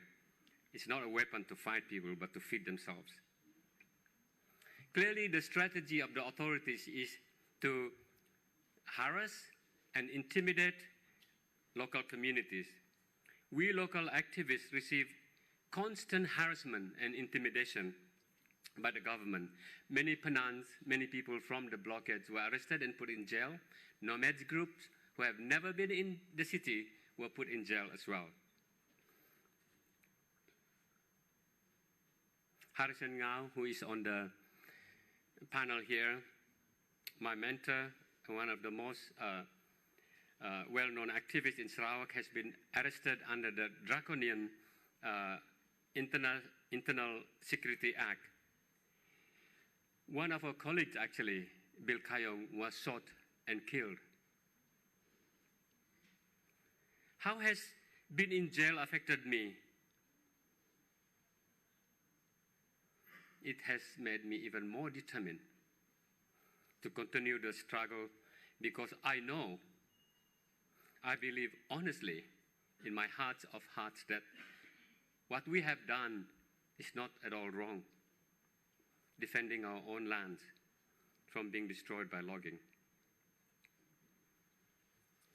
Thank you. When you say our land, isn't it state land? Do the indigenous peoples hold the official titles to the land they inhabited for generations in Sarawak?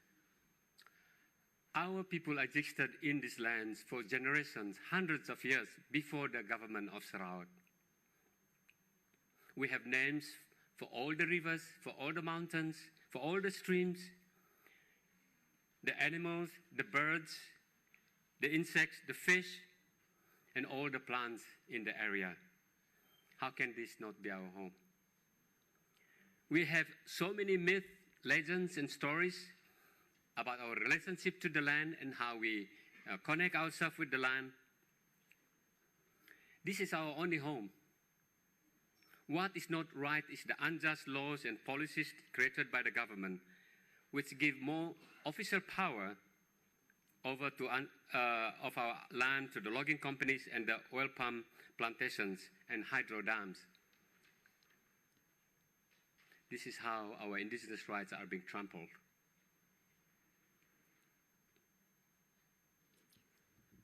Are there any questions from the jury?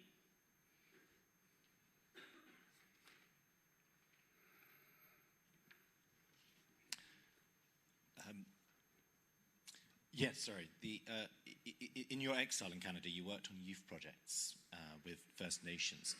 What parallels do you see between Canada's First Nations and the struggle of the Indigenous people of Sarawak? There are so many parallels with Canada. How Aboriginal people in Canada has been treated unjustly by the colonial government of Canada until today. Both Malaysia and Canada have a parliamentary government, and we also share the same legal systems. Yet these same systems deprive indigenous people of our rights to our land. In Sarawak, native customary rights to land has now been changed to native customary reserve, which is equivalent to forcing our people into reserve land, just like the Indians in North America, Indians in Canada.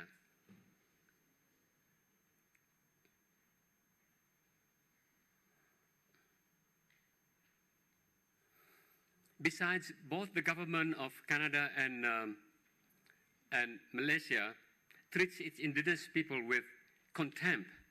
They think that we are incapable of knowing what is best for ourselves, for our future. And this same attitude is manifested in the way they make unjust policies and the way they treat indigenous people in Sarawak.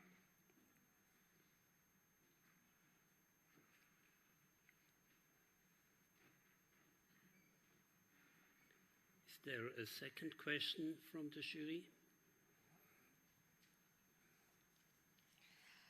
Thank you very much. Your sharing is extremely compelling and very chilling. It really reflects the state of Malaysian authorities around activists, and it is very unfortunate also to hear your personal testimony of being arrested. My question is also something that prompts me to ask if Sarawak indigenous communities have also benefited from logging. And as much as there are benefits from logging, are there communities who are quite divided on this matter over the rights to rainforests being preserved as opposed to enjoying the benefits of logging? And what would be important sustainable steps to keep the rainforest intact? For your first question, Madam, how do we actually benefited from the logging when our lands are destroyed? After logging, the landscape is like the bombed out hills and forests during the Vietnam War. It is the politicians and the multinational corporations, the logging company, that are benefiting from this logging from this rainforest under Taib Mahmud, who was then the chief minister. They benefited from the rape of our forest. Instead, we are left into the dusty logging roads, and our people are relegated to menial jobs in the logging industries. Are this giving us real benefits? No. But we indigenous people are looking at 7, 10 generations ahead. How to protect this, how to protect the sanctity of our ancestral land. What benefit it can bring to future generations without destroying it. If we allow our land to be destroyed, where will we go? Our vision is not to destroy this beautiful, biodiverse ecosystems. Our intention is unlike the people from outside who wants to feed their greed for money. Divide and rule is the policy of the government and multinational corporations to weaken and destroy the people's unity, yet we will not stop fighting. Like indigenous peoples in the Americas and Europe, it took them 300, 500 years to fight for their land. I pray that we in Sarawak does not have to wait that long to fight for our ancestral territory. There is some time left for another question from the jury. As a follow-up question, I actually wanted to get some information on the next generation of Penan communities. After 33 years, 30 plus years of the world tour, and where are we in terms of actually putting the fight after many different chief ministers, many different change in federal government? Where is the fight with the next generation of Penan communities in actually protecting native customary rights? Could you provide a little bit of information on that? Thank you, Madam. I must say that the fight continues, and thank you so much to Bruno Mensa Funds for continuing Bruno's action with the Penan in Sarawak. And I must quickly say that for the first time ever in Sarawak, in Borneo, or in Malaysia, a rainforest conservation area has been given into the Penan and other native area, which is like 280,000 hectares because of the work of Bruno Mensa Funds and the Penan and other communities. I think this is a great success. For the young people, definitely young people are going into the direction of their education, into the urban, and even living culture and language. Currently, I have made a dictionary of my own people, and I am doing language revitalization for indigenous people. And I think if we want to involve the young people, then we must immerse them in the language, because language comes from the land. If they don't know the language, they have no connection to the land. The land will be forgotten. The next generation will allow it to be forgotten, and no one will continue to protect and to preserve it. And it would be easy for outsiders to cheat and to seduce them to give up their land. So I think it is important to start working with the younger generation now, particularly their language. Is there another question? Yes, you've worked with the international community as well as domestic governments. I was wondering, given what we've heard before, why you think it is that the Sarawak government was so resistant to pressure from world leaders and from the international community? I think there is collusion both with politicians, people in power, and the multinational corporations. Therefore, it is not easy to undo that connection. And like Bruno said, money is the king of the world. And how can you undo that? I think that is a simple answer, and of course everybody knows why. Thank you. Thank you, Mr. Mutangurut, for testifying. Thank you. Thank you.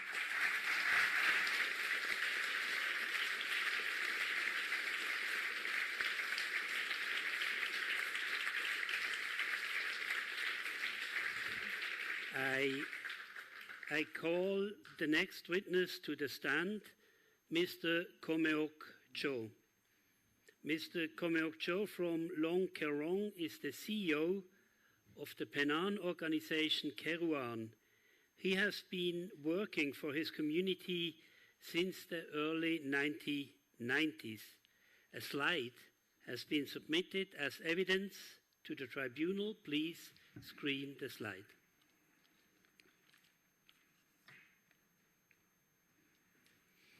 Mrs. Michel, please go ahead. Thank you, Mr. President.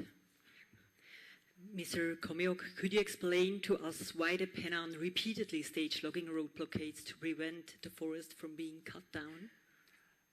People often do not understand what's blockade are. It is a peaceful way to prevent the logging companies to encroach into our land. It is good to understand that the forest is valuable for our life, the plant life. It is better to understand this is the life of the plant for our struggle. So if you see behind me here, the history that the Bruno Mansa coming to Sarawak in 1994 to join the Mulu expedition. So later on he escaped to the forest. It was when he first time that the Penang people erected the dozen of blockade in 1987. Later on, hundreds of people get arrested. The community from Limbang and Baram were arrested. And for example, in 1989, when I work with the private sector, there are blockade in Long Blingan, joint venture with the Upper Baram and Lower Baram communities, the Penang community and the other ethnics. So during the blockade, there are 200 people arrested, and they put in the police truck and brought to one of the biggest log pond called Long Temala before they brought them down to Meridian. Later on, they checked all those who are arrested. They found that the women and their children among those who are arrested. It is a executive law. It's wrong. So they released 110 women and children. Then they brought 90 people to Marudi and put in the police lockup and proceed to the magistrate court. Because they cannot pay the bill out, so they bring them to Miri. They put them in jail. Well, one of the headmen from Longspigen, my uncles who released from that among those 200 people, he came to me.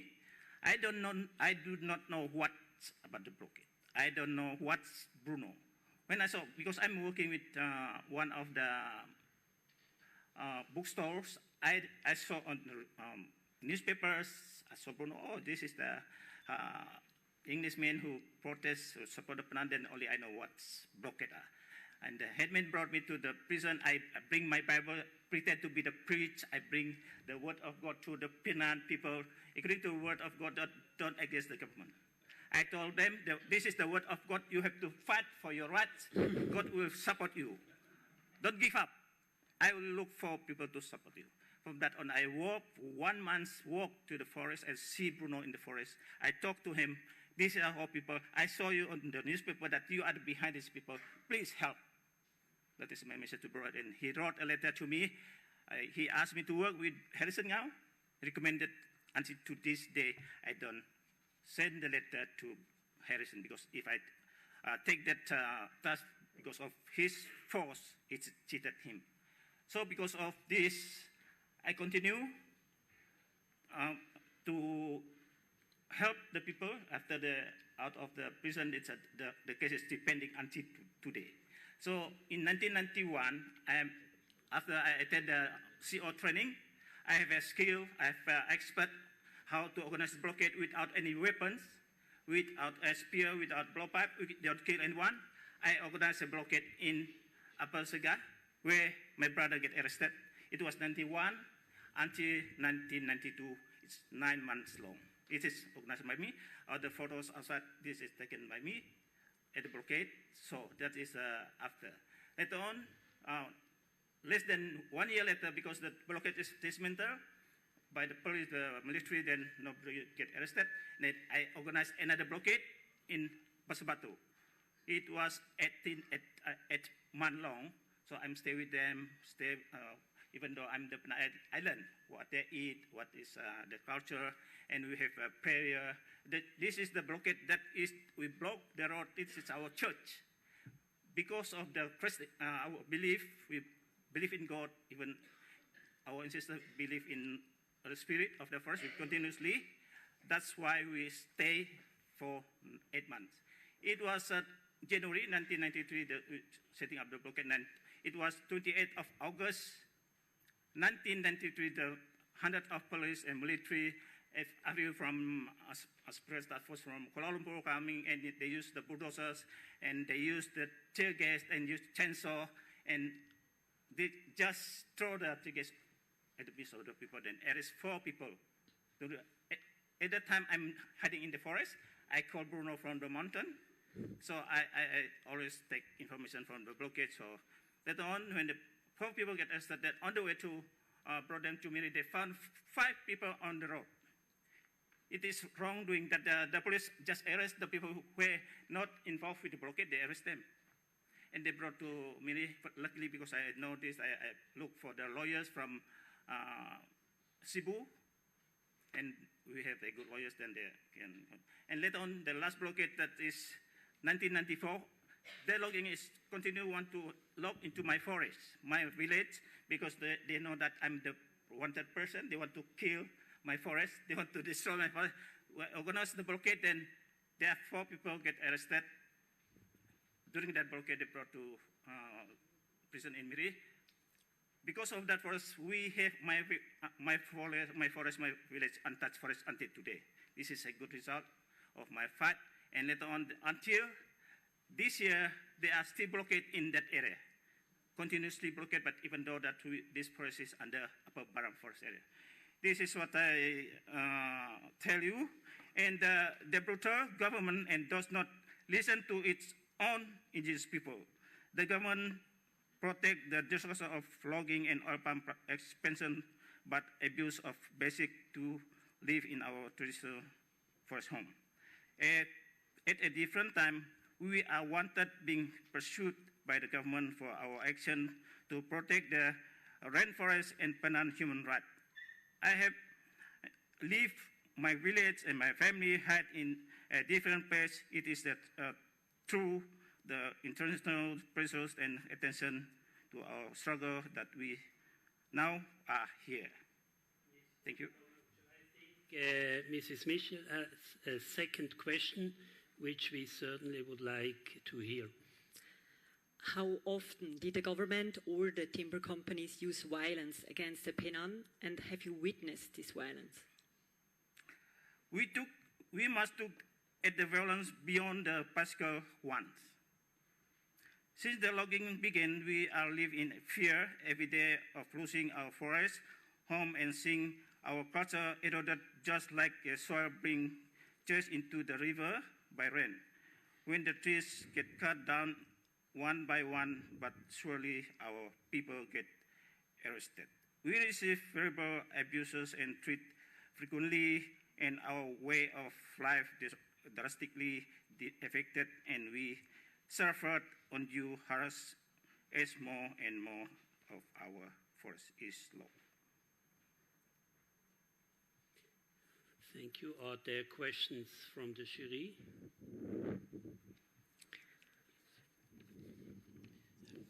Thank you, Mr. Komiok, on your very detailed testimony of the situation the Penan in particular are facing in Sarawak before and even until now.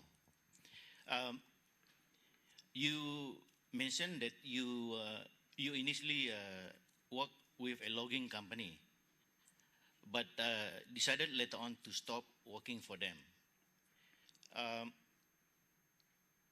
Why did you stop working for the logging company? And what so profusely motivated you to instead become a community organizer, knowing very well that although you were very legitimately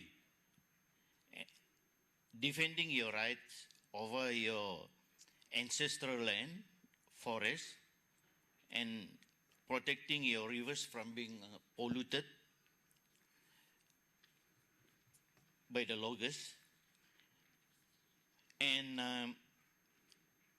knowing very well that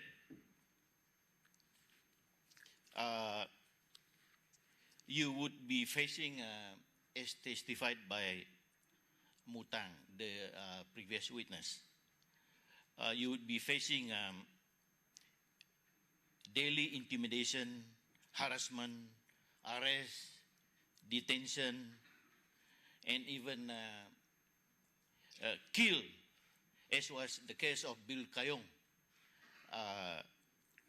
about 2 years back, I believe, for organizing his community against an oil palm plantation company.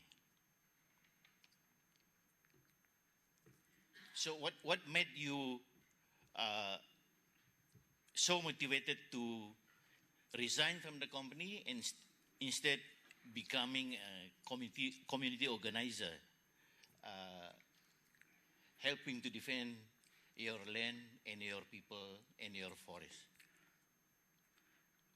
Thank you for the questions.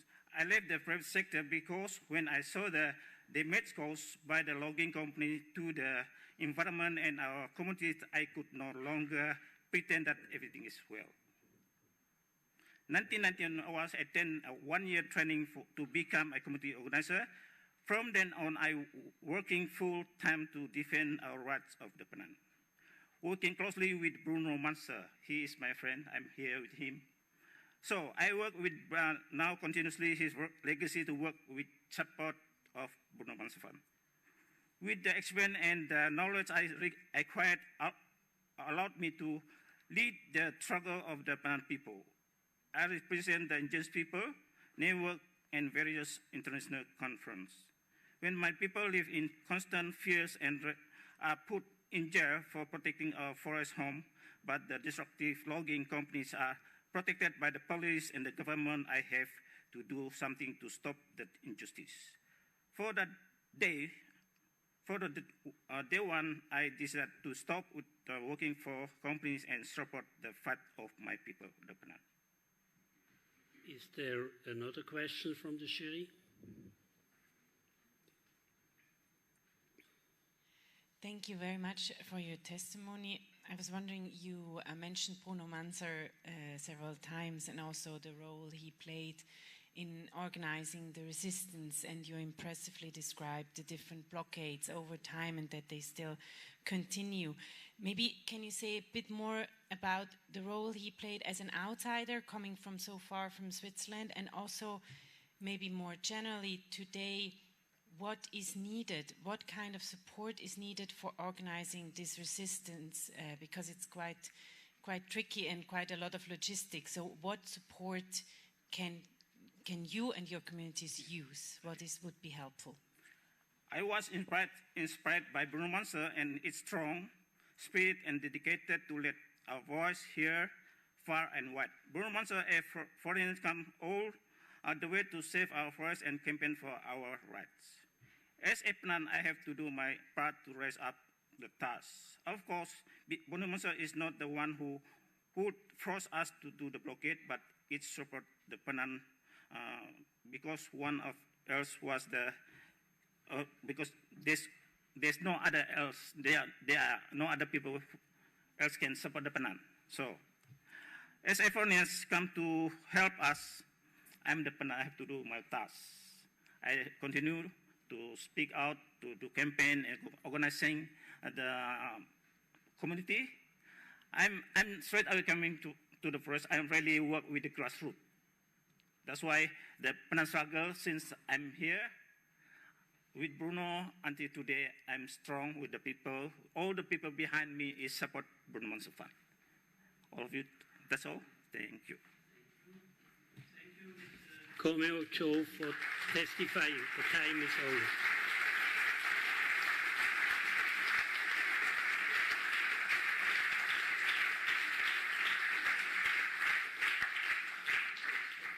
I call the next witness to the stand, Mr. Gerald Joseph. Please, Mr. Joseph, take the stand.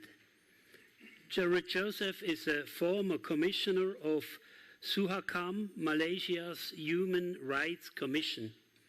He has been banned from entering Sarawak since the 1980s because of his involvement in the campaign against the Bakum Dam. A slide has been submitted as evidence to the tribunal. Please screen the slide.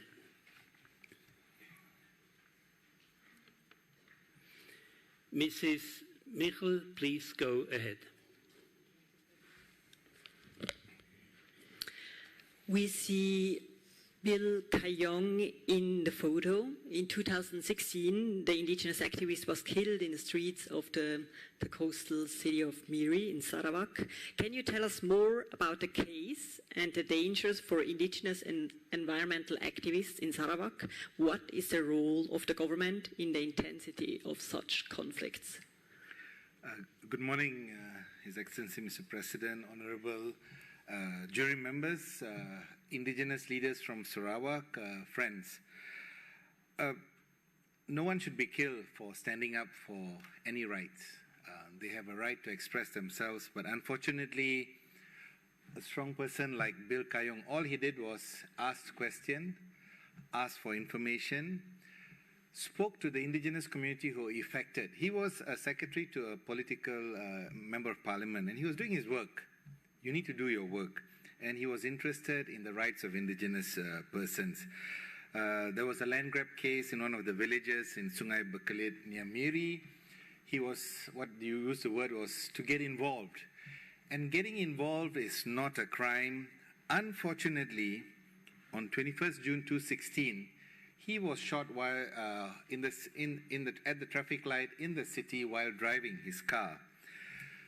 The police arrested 3 people, arrested 4 people, charged 1 person with murder to the gallows. Malaysia still has death penalty. 3 other people who were abetting, including the boss of the company, has been released. But more recently, they arrested 1 person who was hiding in China, who they said was crucial. We're waiting for that case to go. So this is what's happened to a man like Bill Kayong, which I think I see many Bill Kayongs here.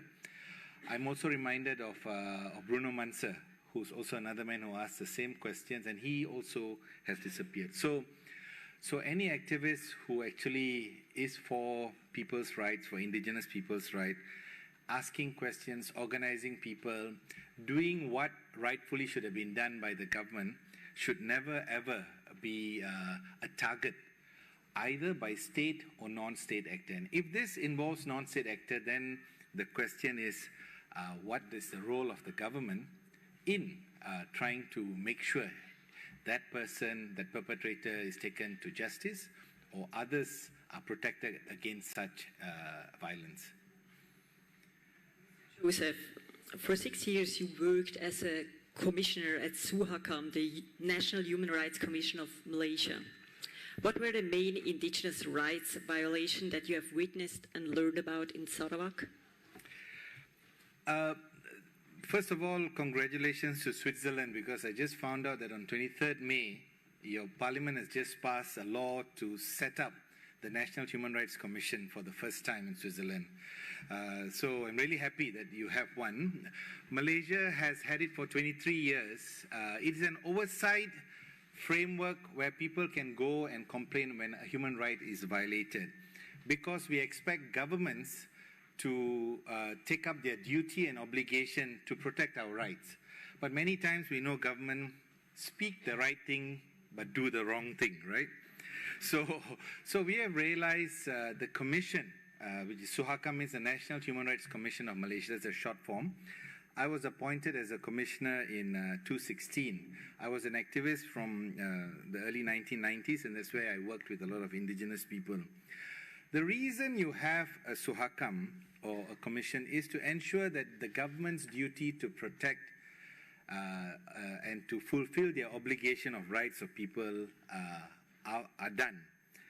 So what are the matters that the governments have failed, or the rights that are violated, is what is of interest to a body like the Commission. I completed my term last year. Amongst the complaints that come to us, in my period there, I think 184 complaints were received officially on indigenous people's matters. Of that 184, 14 was specifically taken up by Sarawak NGOs and indigenous community. A Human Rights Commission is empowered by law to have the powers to investigate, to subpoena, to do inquiries, to come to conclusion on its own, outside the legal framework of the police, the courts. So this is what we do. When I was a commissioner, we used to take up the cases, go right down to the ground to get what's really happening. So the story of Bill Kayong came to us, but it was already in the police and the court, so we monitored what was happening there. That was of interest to us. Amongst the types of violation of human rights that of interest was, of course, logging, land rights, land grabbing, development issues that impact people. I think you heard the example of milk tea. In our language, you call it teh tarik, you know. A river should be clear like Rhine River, where I saw people swimming yesterday. But there you have to swim in milk tea water. And this has been happening for the last 30 years. I don't think the water has become clearer. It's still the same. Poverty, education, there's also issues of statelessness. There are indigenous children who are born, some or other never got registered, and until today they have no identity card, which means a lot of their services get impacted when they go to a department for help. So this is a long list of issues that have come to us as Commission on the rights that have been violated on indigenous peoples in Sarawak. Thank you. Are there any questions from the jury? Please. Yeah, Mr. Joseph, we heard that you are banned from entering Sarawak. So how does this ban affect your work as a Human Rights Commissioner? Okay.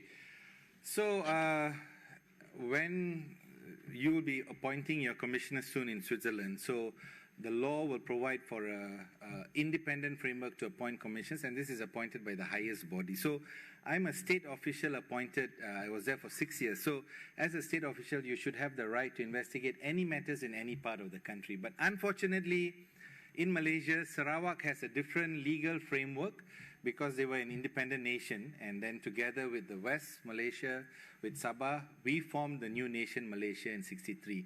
That gave them some autonomous powers. And I totally like that they have that autonomous powers.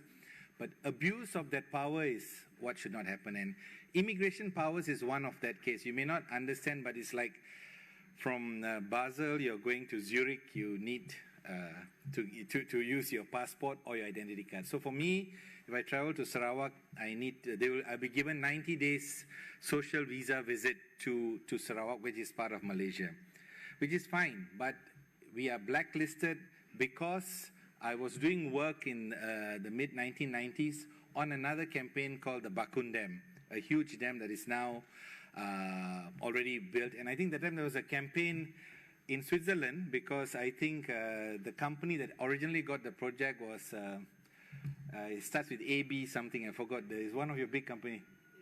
ABB, yes, ABB, yes. So but then after the campaign, they pulled out. So that was our work, to go up and down the river, to talk to indigenous people on their right to know about the development. And this is the saddest part. Most of our indigenous leaders will only know that there's logging happening when they see the tractors. They will only know a dam is building when they see the signboard. That's too late. Why aren't people respected as participants of a development project? In Malaysia, federal, state governments decide and inform us this is what you need to do. And this is why there's a long list of people who are on the blacklist, who cannot go in when you are critical of the state government, and that has impacted me even as a commissioner. I should have been allowed in. In my 6 years, after much negotiating, I gone in only twice. For 3 or 4 days, visa was given to me, and that really impacted my work. And I think it shouldn't impact anyone traveling for work on legitimate human rights issue. I think it's okay to dissent. I think it's okay to be critical of any government, because no government is perfect. You will bound to make mistakes, but it's good if you can hear this critical input from a variety of actors. Thank you.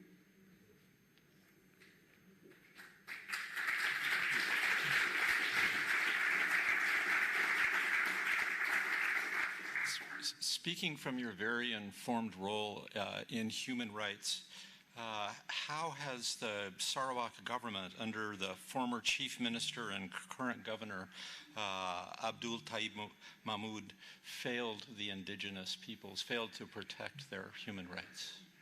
I think while we have a name and a face like the former Chief Minister, I think it's the position of power of the head of government. So Taib was before, you have another Chief Minister now. You'll have many more to come. But I think the role of any government or head of government is to actually facilitate rights protection. The question is, why are the indigenous people, as our village headman said, why do I need to do a blockade? We don't need to do. The reason people do blockade is out of desperation for a failure of government to do what is rightfully their duty to its citizen. So the failure of this Chief Minister and many succeeding Chief Ministers and many ministers in Malaysia would be the silence when they are crying out, why is my land taken? And are they crying out because they want to make money? Are they crying out because they want to be the owners of a logging company? No. They are crying out because they want to defend this forest. And that failure also means lack of respect for the citizens of my country. Why aren't they brought to the table? We need development. You can ask any indigenous leader, do you want development? They say, of course. I want schools, I want roads, I want clean water.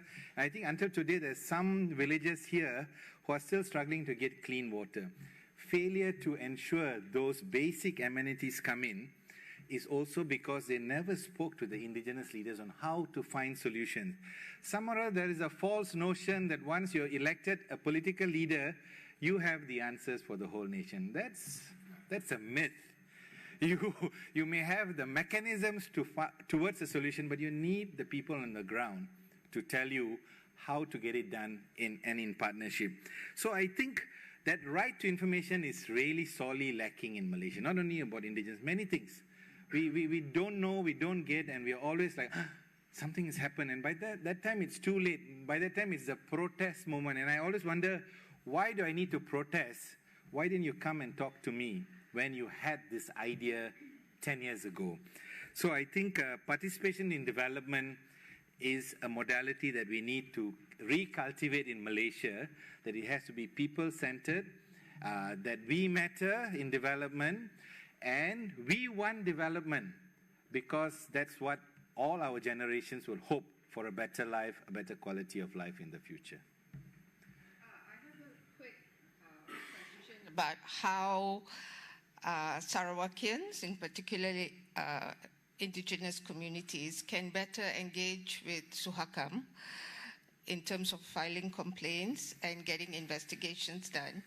And also Suhakam's role in terms of the government. Do they listen to you? Okay, the first is it's a national body, a human rights commission, so you have every right to submit your complaints, to demand for what's the progress of that complaint. One of the good things that my previous commissioners did was to do the first ever national inquiry on land rights of indigenous people. It's a thick report with 18 recommendations for reform, which was accepted by the federal government. The implementation is a question mark. I think that goes to the Ms. Chair's question on the implementation. Every Human Rights Commission's role is to investigate, to come to conclusion, and to submit recommendation. governments need to take this up, and I think our friends in Sarawak and our indigenous communities need to be loud to shout down government if that failure to implement the very report they have taken on board. I think Sarawak is a huge land. It's bigger than West Malaysia where we live, and you need a lot more resources to move around, and I think Suhakam should be much more present outside. I think we only have one office in Kuching. You need to have many more people in the interiors, especially to know what's happening in the Penan area, what's happening in the actual logging sites, in order for human rights not to be delayed, and by the time we arrive there, the violation has already happened. Thank you. Thank you for testifying, Mr. Chosen. Thank you.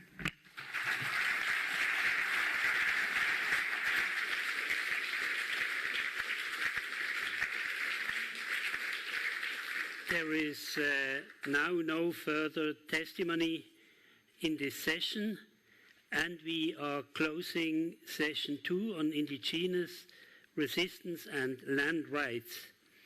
And I'm now inviting you for lunch. Please be back at 1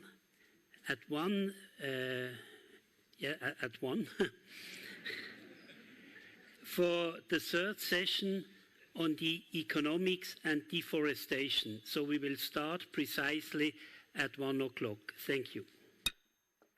We now come to the third session with witness testimonies on the economics of deforestation.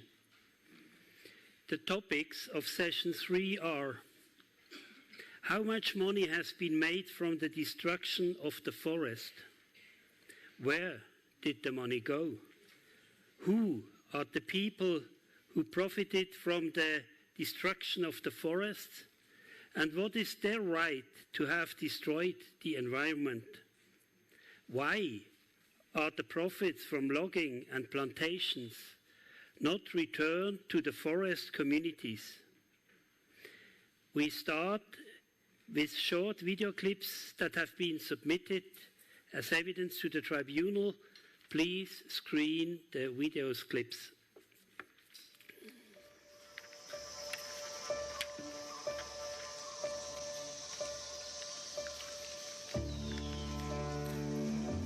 This story began over 30 years ago, deep in the Borneo jungle.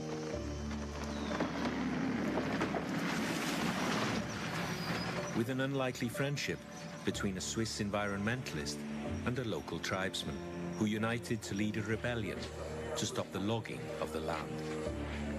These last primary jungles here are getting logged from civilized, already well-situated people against the will of these last nomadic people. We have been in the forest, in the jungle, and these are our properties. And when people come in, it is like they're coming into our house and steal and take things away without our permission. As the stakes grew higher, those on the other side began to fight even harder, as one of the friends disappeared in the jungle, never to be seen again.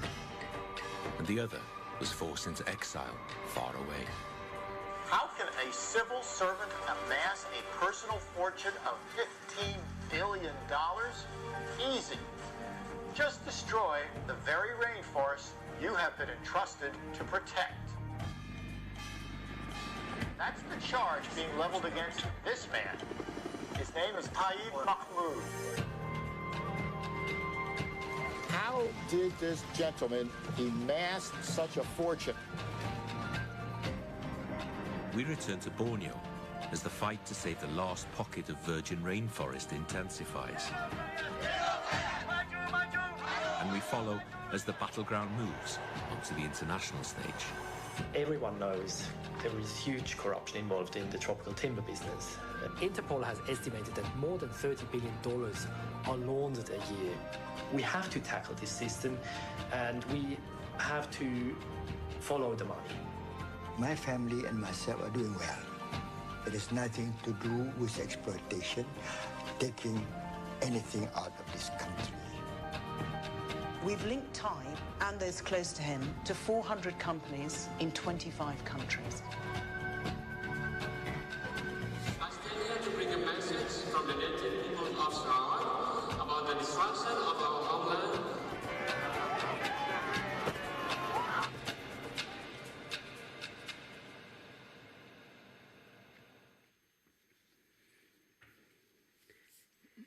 On July the 10th, we invited Sarawak Governor Abdul Taib Mahmud to attend the Rainforest Tribunal as a witness. His legal representative in Europe did not reply to our invitation. It appears that Governor Taib is currently not in Sarawak, but at the undisclosed location overseas. On July 21st, his office stated in a press release that he is currently overseas and in good health, but that he had been advised by his doctors to rest. We regret that Governor Taib cannot be here to testify, as many of the topics debated today refer to government policies during his 33-year tenure as Chief Minister of Sarawak from 1981 to 2014.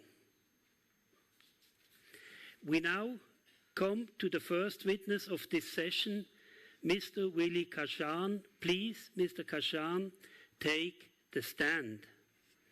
Mr. Willie Kashan is a Berawan Tering land rights activist from Miri, Sarawak.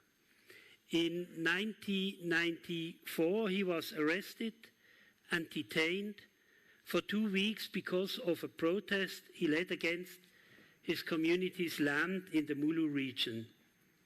A slide has been submitted as evidence to the tribunal. Please screen the slide.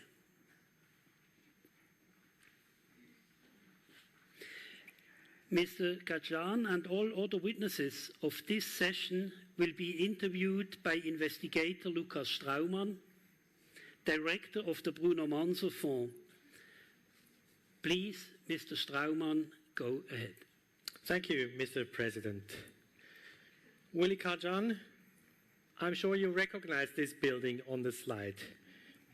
Could you please explain us what it is and how this building is connected to you being arrested in 1994? Good afternoon, Mr. President and jury, ladies and gentlemen. Thank you. So before I proceed why I was arrested, let me tell you a bit how Mulu turned into commercial. In 1960 something, government of Sarawak approached and meet our chief village. What they asked for, Mulu for scientific study. That is done into scientific study before expedition come in 1970. It's Robin's Day. So, first place, our chief disagreed to let the government turn this Mulu as a national park or scientific study. As we understood, Mulu is one of the very, very virgin forests, and Mulu was one of the beautiful forests and mountain and the caves there. And so we have few friends, family like friends around that also. So start from that, 1962, then in 1960, then our chief agreed for scientific study for this kind of project come in. So that's why Robin, these people come in there. Yeah, Robin's here, start all the expedition in 1970. So until 1970, until 1980 something, expedition is over. And it was make us shock, a bit shock. It turned into commercial in business. In the first place, our chief make boundary between the park and the community land. Yeah? We have an agreement, the chief have agreement between the government and the people, because they make boundary by there. So this part is for the park, and this part for the community. Do not touch it. So when it turned in 1980 something, where it became a commercial, yeah, that is the beginning problem really, because the government that time, they don't come and approach and meet us again, because it turned into commercial. Actually, this is for scientific study. It's not for commercial, it's not for tourism industry. So when it turned into commercial, then that is the issue we start raise up. 1980 until 1992, then we start a peaceful blockade and peaceful demonstration. Our leaflet is just mentioned that we want our land. We want something.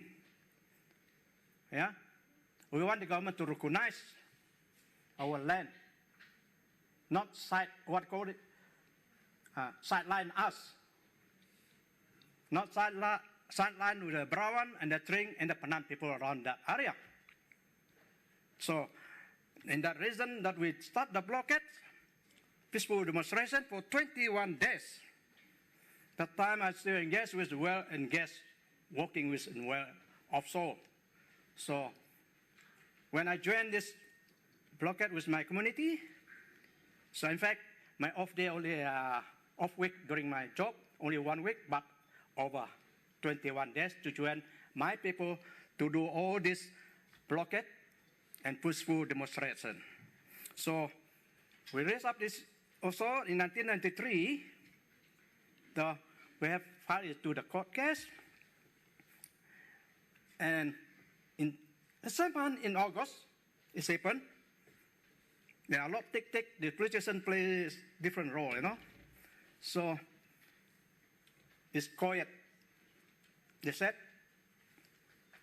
that, I mean, the lawyers from the government sector mentioned, but they have no attention, the government have no attention to grab the land from you, Brawan, or Tring on the Penan land over there in Mulu. Still belong to you guys. Problem that, I'm sorry to say, our lawyer at the time didn't record it. So, in 1993, so then, quietly, 1994, then I started, they arrested me, and they locked me up for 14 days, where I went interrogated in the room. They take off my clothes, my trousers, I only wear my underwear. They blow aircon 24 hours, keep on torture me until I myself been bleeding. So we have lawyers from, his name is John Trang is my lawyer. He's the one who rescued me from lockup for 14 days. The issue that we raised up over there is about the roads, it's about the Mulu airport, it's about the clinics, the school, the big resort like that, which is encroaching the tribe land, which is encroaching our land. They don't discuss with us. Very bad. If you talk about type, my blood starts boiling and angry. He's the same fellow who does all the things now over there. We are talking about type. He is the man. He got the land. He grabbed the land without ask permission from us. Without consult us. So I can say he is a daylight robbery. A man with a daylight robbery.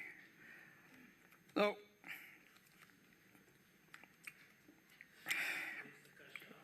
certainly a second question also from Luca. So do you want to continue your comments? You mentioned the Mulu. Maybe the audience should know this is the Mulu Resort. So it's a tourism complex on your community land, correct? And This tourism complex, who was given the concession to run it? And how is that connected to the government of Sarawak?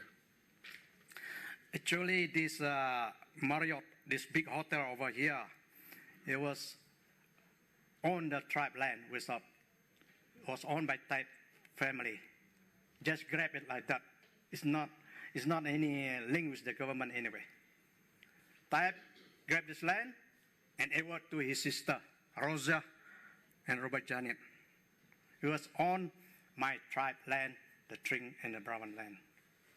Yeah. Okay. Thank you.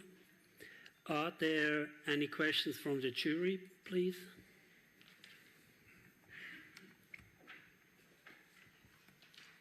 Thank you very much. What legal actions did you take to defend your community land, and if there were any successful cases that you would like to share with us? Well, I did in 2018. It's a big company come into our area, very close to the park called Radiant Lagoon. That we managed, the Tring, the Brown, and the Penan managed to kick them out from that area. Not only the successful, our lawyer at the time was YB Chihao. Yeah.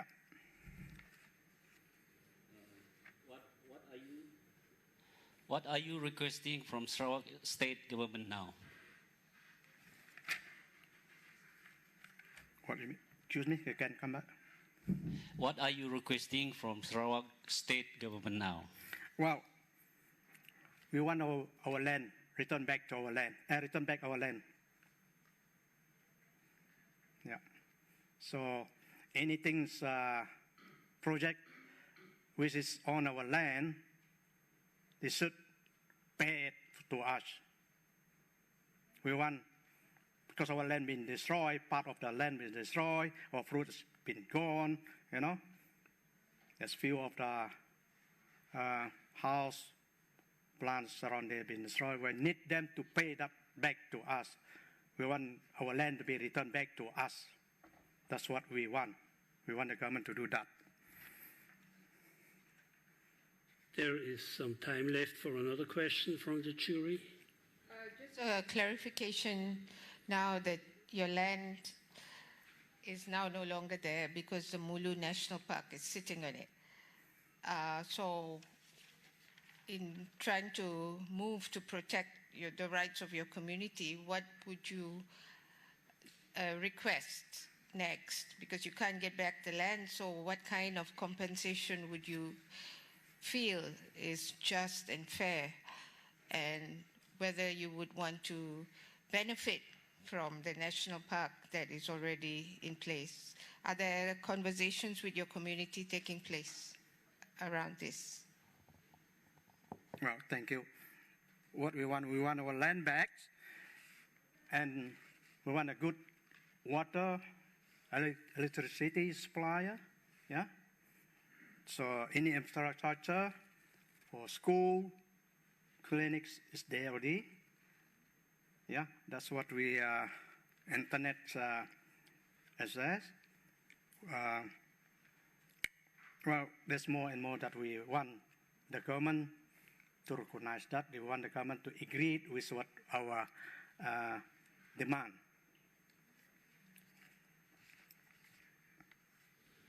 Another question?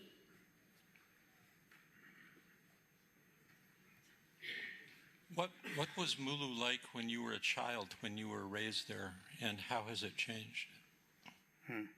Thank you for your question for that one. Well, during my childhood in Mulu, I saw beautiful forest. I saw a lot of mountain and a cave. The river stream is very clear. And my friend Penans around that area. But I didn't see Taib Mahmud in that area. So why he claimed that land is belong to him? We've been there from our ancestors for generations, I can say about 500 years or more than that in the area. So I don't understand why the government not recognize us and why the government not giving us land title like what Taib just come in yesterday have immediately got lands, in that area. Taib does not belong to that area. Not even his ancestor, not even him. What I found over there, what I saw over there during my yacht time, my friends panan around there, my forest, beautiful forest down there, the mountain is there, the cave is there, the river stream is clean, clear water is there. I didn't see Taib ancestors there. I didn't see Taib family there. I didn't see Taib sister there. No. It's really make me mad. Yeah, this make the Brown, the Tring, the Brown, and the Panan not happy. This is very unfair. Unrespect at all. Through our tribe culture, you enter their room, enter their house, you knock the door, right? But this guy, this is what I call a daylight robbery. He's mafia. Thank you. Thank you, Mr. Kashan, for testifying. Thank you.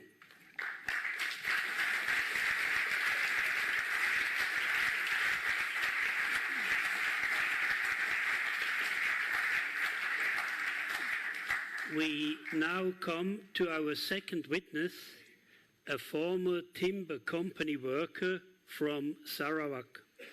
He is not able to attend today in person for security reasons. The tribunal has consented to this request that his identity be protected. This is why his statement will be given via video message. Please screen the message now.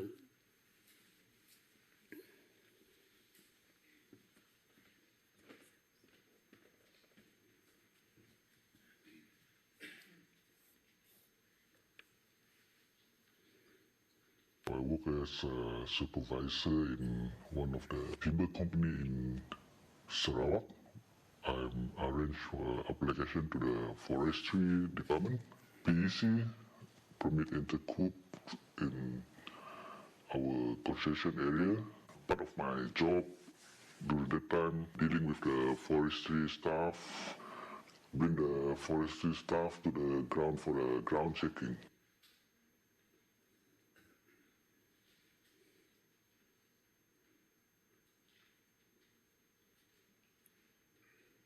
Company side will try to avoid this forestry staff to go to the ground if there's a unauthorized operation or illegal logging on the ground. Our department, we have to cover it up.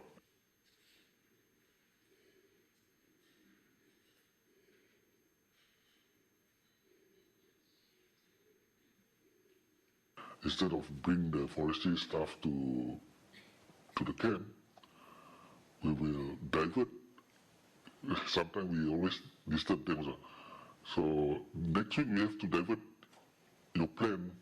Instead of go to Baram, we go to KK. We prefer driving to KK instead of by flight because we scared that some of the colleagues, accidentally saw them in maybe at the airport. That's what we think also. That's why if you go by car, by land, we pick them up at home and then we straight go to the KK and then stay at the hotel because in KK nobody can see them. Nobody can see them walking around, Even the boss also don't know where are they because you want to, of course you go on the field, you will turn off your handphone. There's a game there.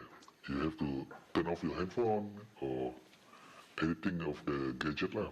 We bring them to holiday. We go to KK. We go for, there's a casino, slot machine over there. Sometimes we go for shopping. We bring them shopping to buy this one, buy this, buy clothes, buy this. That's why we call it a forestry entertainment. After that, we coming back. So wait for the data from our surveyor. They continue doing the homework. We call it homework for another 1 week. And then the next week, they're going back to the office for officially for coming back from field visit or field checking. This part of me and my boss doing to avoid the forestry staff to go to the ground.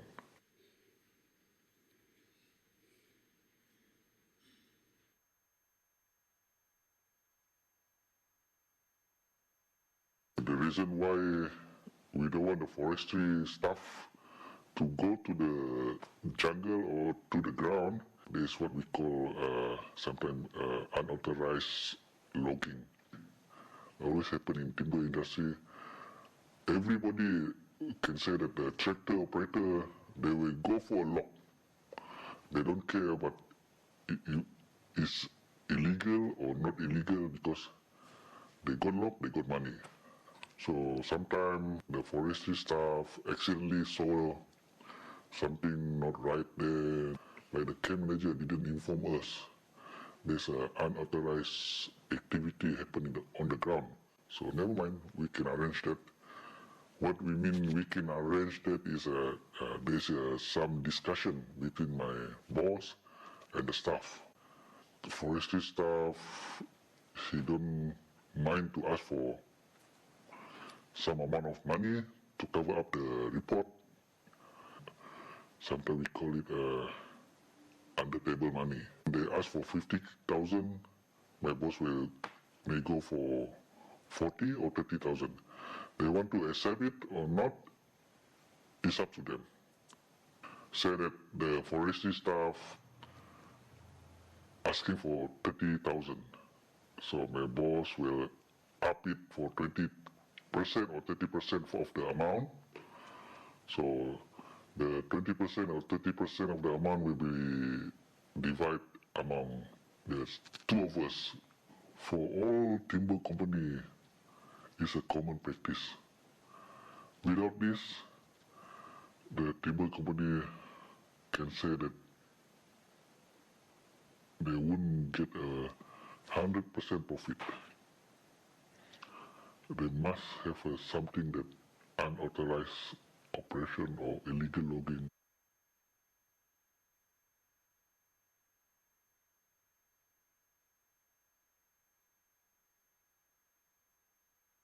Timber company, of course, they profit from the timber. Of course, timber company, they pay tax to the state government. The state government also should consider the community to give back. Until now, what we have on terms of development is a very bad shape of timber logging road without tar. A lot of people say we have a few big timber company, then all the money is gone to Rambut Putih. We always say the Rambut Putih. What is Rambut Putih is the Taib Mahmud. He is the most powerful person who will take all the timber money and use for himself and the family. That's why the community sometimes, what can we say? He got the power. We try to doing some protest also, no use. Because they have the power, they can use a force. So like the community, we just stay and doing our routine. That's what we do since 20 years, 30 years before. Why I'm doing this is because after more than 30 years, so what do the community have? What they got from the timber industry since then until now, can say zero. All the tree been cutting, been chopped. Who's the profit? Of course, the timber company. the state government, of course, the white hat. My advice for the new generation, please love and protect your rainforest. Love your tree, love your river, take really good care of it. In the future, hopefully, no more timber coming out from our area, you know. Please protect your forest.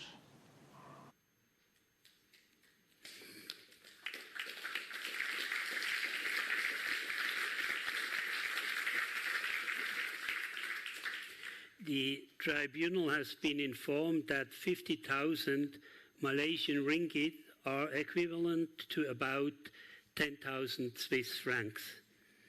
And we are very grateful for the former timber worker's courage in testifying. Thank you to him. I call the next witness to the stand, Mr. C. Ji Hao. Please, Mr. C. Ji Hao, take the stand. Mr. C is a land rights lawyer and member of the Sarawak State Assembly. For over 30 years, he has been defending indigenous communities' land rights against timber and plantation companies and the Sarawak state government. Mr. Schraumann, please go ahead. Thank you, Mr. President.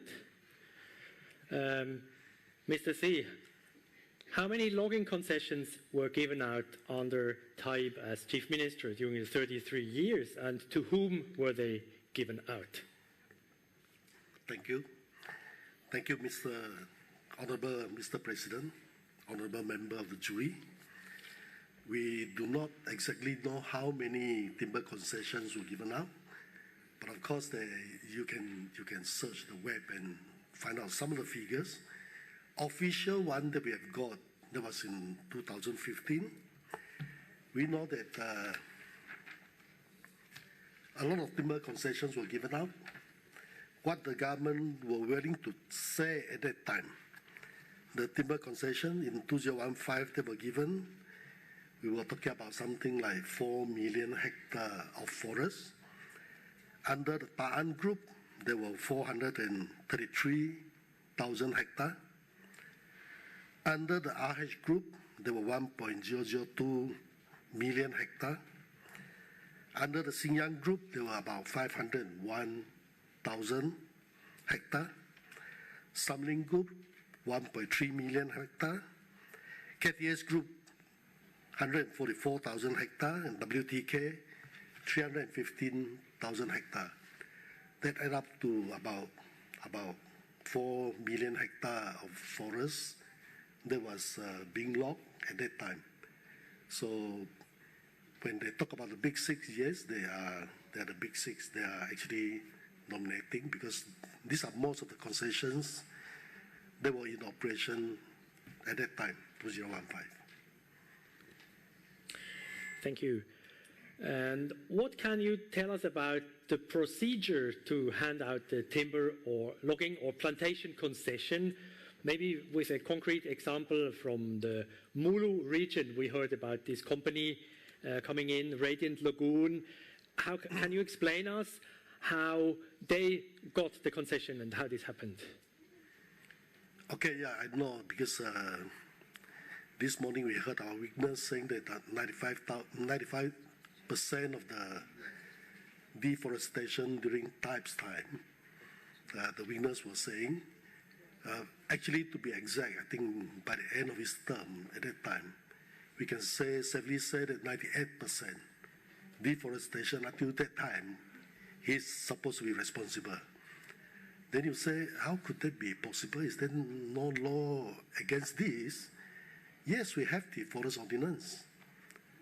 But the forest ordinance is in such a way that it is allowing all this deforestation to go on at that time. So it doesn't matter, I mean, if you want to talk about law that are elsewhere, our forest ordinance is different from everybody else during those years, during those times. when we started having our first log taken out in 1951 until the end of Taib's term, 2014, yes, 98% of the log were actually taken out between 1981 to 2014. That is the amount of timber that is taken out. And you look at the law, the whole of the forest ordinance, the power is vested in the hand of the Minister of Resource Planning. And who is the Minister of Resource Planning? Of course, it's our Taib Minister, Taib Mahmud, the Chief Minister at that time. Even though the timber licenses were issued by the Director of Forests, but we all know that these are the people who are, acting at his discretion, at his order, what he say, who to give all these licenses to. Not really in the power of the hand of the Director of Forests, but the Chief Minister himself, who is also the Minister of Resource Planning at that time. So, if you are talking about why is he doing in that manner and why to this few group of companies and these people who are there, well, actually, let's not just hear what I say, but there were quite a lot of papers being written at that time. There were a lot of research by the economics faculty in a lot of universities and these professors and researchers. And this is one that come out, they're talking about the politics of development that Taib has been advocating all the time. This is what they say. Let me read so that I don't misquote them. Saw logs and sawn timber export from Sarawak increased from 5 million in 1951 to 3.135 million in 1990. Since timber industry, 3.135 billion in 1990. Since timber industry is export-oriented, it does not generate much benefit to the state. Although the timber industry provides employment, much of the profit generated by the industry go to the licensees. Worse, timber concessions become a source of political patronage to the ruling party, which then led to the emergence of instant millionaires, who were mostly the family members, friends, and political supporters of the Chief Minister. So this is their research that shows, because they go through all the companies, they go through all the concessions and get all the figures. So that shows who actually benefit out of this. Then if we look at the state budget, the budget that we have for Sarawak, from 1980 to 2004, that's about 24 years, actually the state has deficit budget. And that was Taib's time, because he came in 1981 and he left 2014. So those about 25 years, that was during his time. But we have income, so much income from timber. So where does the money go to? We read the figures that we have. ITTO used to say that they are helping Sarawak with all this, making forests to be sustainable. And they used to say how successful Sarawak is with the logging businesses. The years that were always referred to is 2007 and 2008. So if you look at the figures that were there, yes, 2007, 2008, export value alone, if you talk about export value alone, 2007 we have the export revenue of 7 billion. 2008 is 8 billion. But if we look at how much does it go to the state's coffer, 2007 is only 687 million, and 2008 is 650 million. So it works out to about 8% of the income going to the state. Then what about the rest of it? More than 90%. Of course, like what those researchers, the professors were saying, this goes to all these guys. That's why they can have so much money, they can live their very lavish lifestyle. Whereas, what is left? Nothing, of course, for the native communities, because there's nothing else. And that is allowed by the law. Okay? Are there any questions from the jury, please? What is the legal basis for the remuneration of Taib, and how much money could he have earned during his 33-year tenure as Chief Minister? Thank you. Because this is important so that you don't get the misconception that if you are elected member, you are very rich. Actually, you are not. You are paid very little. Okay? And how much we were paid under the law? Taib was the one. Taib is actually the longest serving politician we have had in Malaysia. He was already in the Legislative Assembly a year before Sarawak get our independence. He's already there. And it went on until he left. So more than 50 years, he was in various offices. Most of the time, same officers. He was a state assembly person, and then he was a member of parliament. So from 1963, he was already there. He's longer than anybody else. Talk about Mahathir, talk about Najib, talk about Muhyiddin, and all these Malaysian prime ministers. He was already there before they came in. He was already there, and these guys came in later. So, but okay, remuneration, actually for us, the earlier one, when he was there, he was serving 1963 July onwards to 67. He was a member of the Supreme Council of Sarawak.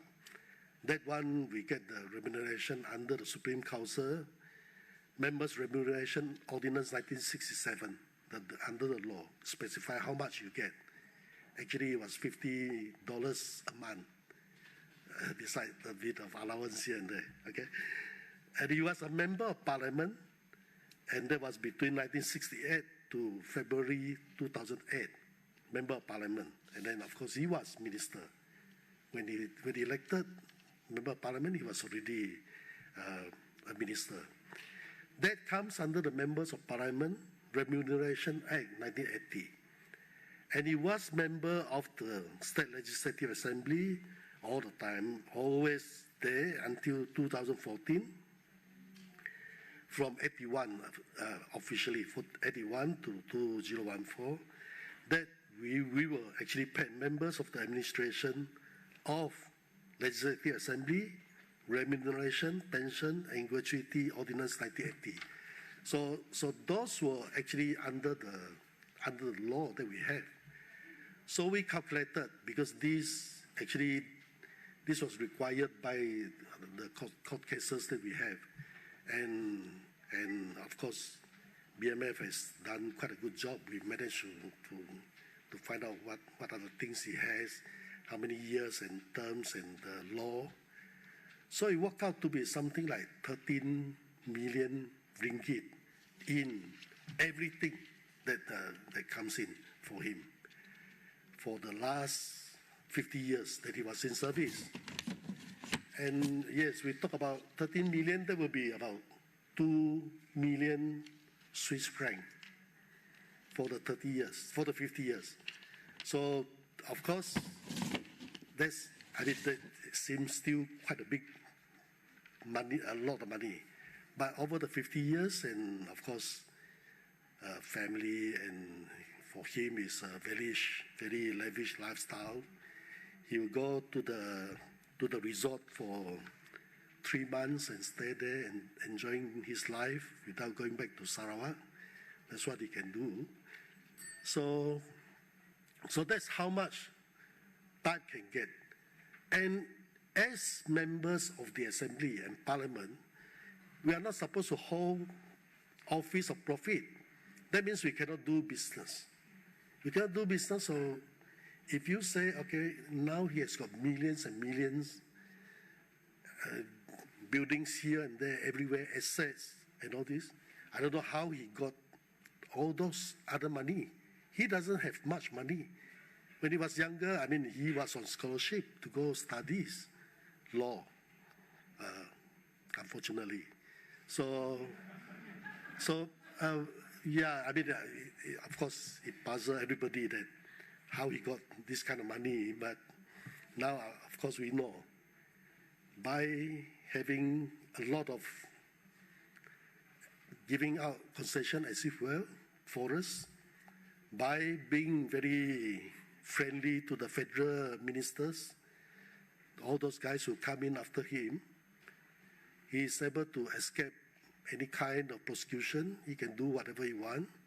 That's how he can amass a lot of all his money at the expense of the people in Sarawak, and especially the natives communities that are in Sarawak. Testifying, Mr. C.G. Howe. Thank you. Thank you, Executive.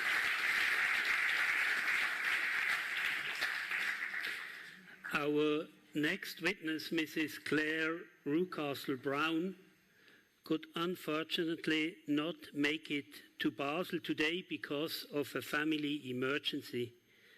However, we have been able to interview her last week and to record this interview. Claire Rucastle is a journalist and editor of Sarawak Report in London, a blog dedicated of exposing corruption that drives the deforestation of Sarawak. She has been banned from entering Sarawak since 2010. Please screen the video interview with Mrs. Rucastle-Brown. Claire Rucastle, thank you for joining us from abroad, and sorry you can't be here today. But we could still try to ask you a few questions, starting with the role that Taib Mahmud played in the destruction of Sarawak's rainforests. I mean, what was his personal role and what was the role of his family members? Well, with respect to the rainforest, it was part of a whole economic system that Taib put into place the moment he grabbed total control of the country.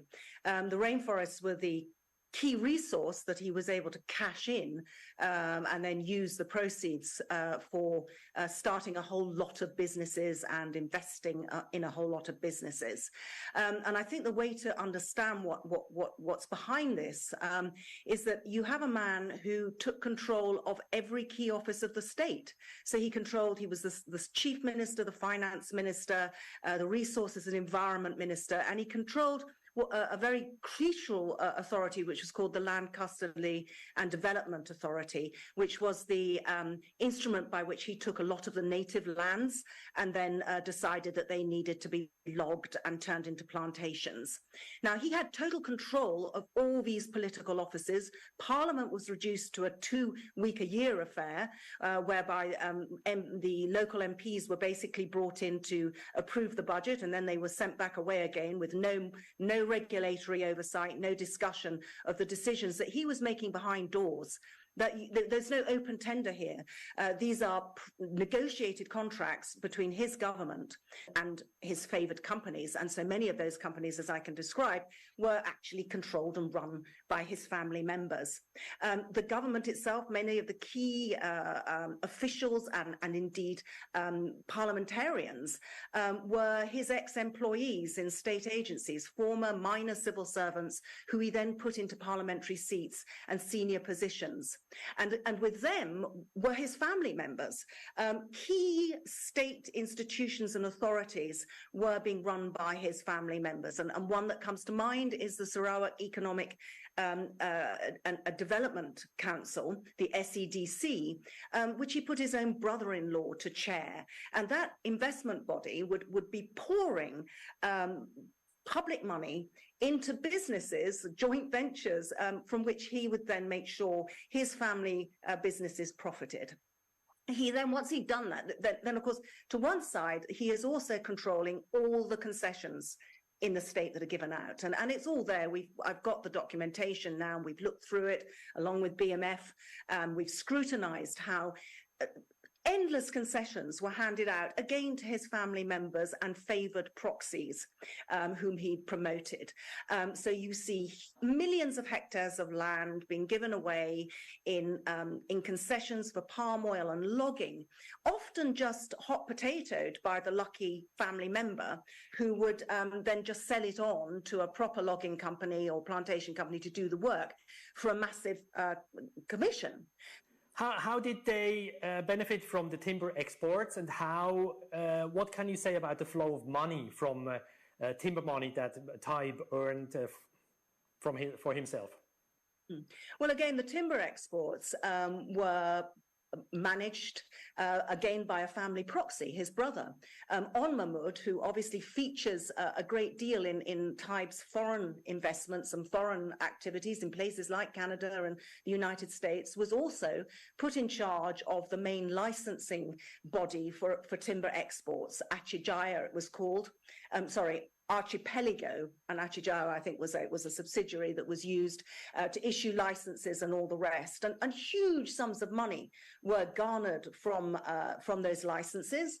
And there were also, as we have discovered, and there's evidence and proof, and there have been court cases that have confirmed it, there were kickbacks going into a network of Hong Kong companies, again controlled through the brother On Mahmud, and those from Japanese shipping companies.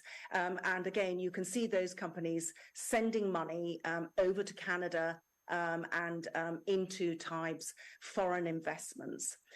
So that was the scheme he had going, whereby contracts were being given by his own government to companies like CMS that he had set up, and then family companies which he had set up, which his brothers and sisters and nieces and nephews had all set up. They would get these contracts, which they might or might not farm out to a real company that could do the jobs. But they were creaming off vast sums of money in the process. All this is on the record. So what role did Jamila Taib, his Canadian daughter living in Canada, and her Canadian husband Sean Murray play in this? They are the ones who sued BMF here in Basel.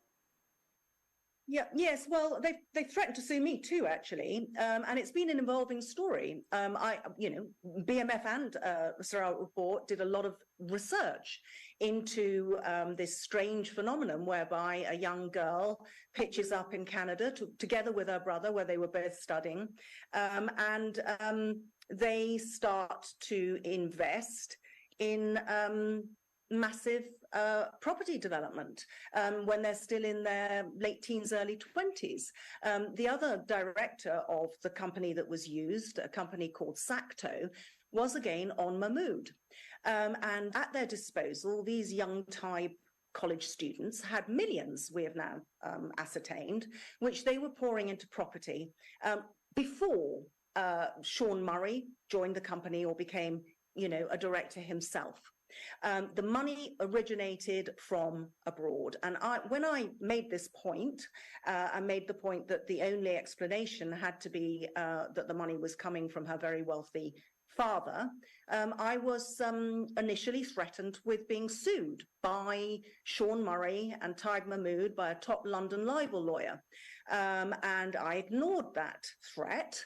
And indeed, shortly afterwards, and we're going back several years now to 2014, Taib started making contradictory admissions. He's on the record now. He admitted in a filmed interview before the 2011 Sarawak election that he had given a gratuity, as he called it, to his daughter Jamila in order to start her business in Canada. So this totally contradicted the threat that said that he had given no money to the Sacto companies. We then have him admitting again in a ghosted autobiography that he had done 35 years of business abroad. Well, if the businesses abroad are not the ones that we have found his family mysteriously being able to fund, please tell us what businesses those were. You then have Jamila letting the cat out of the bag with interviews that she did in Canada at the time in the late 1980s, where she admitted that she was getting money from the Far East, and that there was a Malaysian chairman to her company who trusted her as a college student to invest these millions of pounds in her business.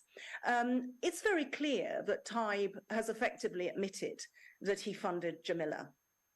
So the question is, when we know that Taib legitimately, even through his multiple offices of state, was only earning about $16,000 a year, how was he translating that into the millions that were being invested in these companies run by his children?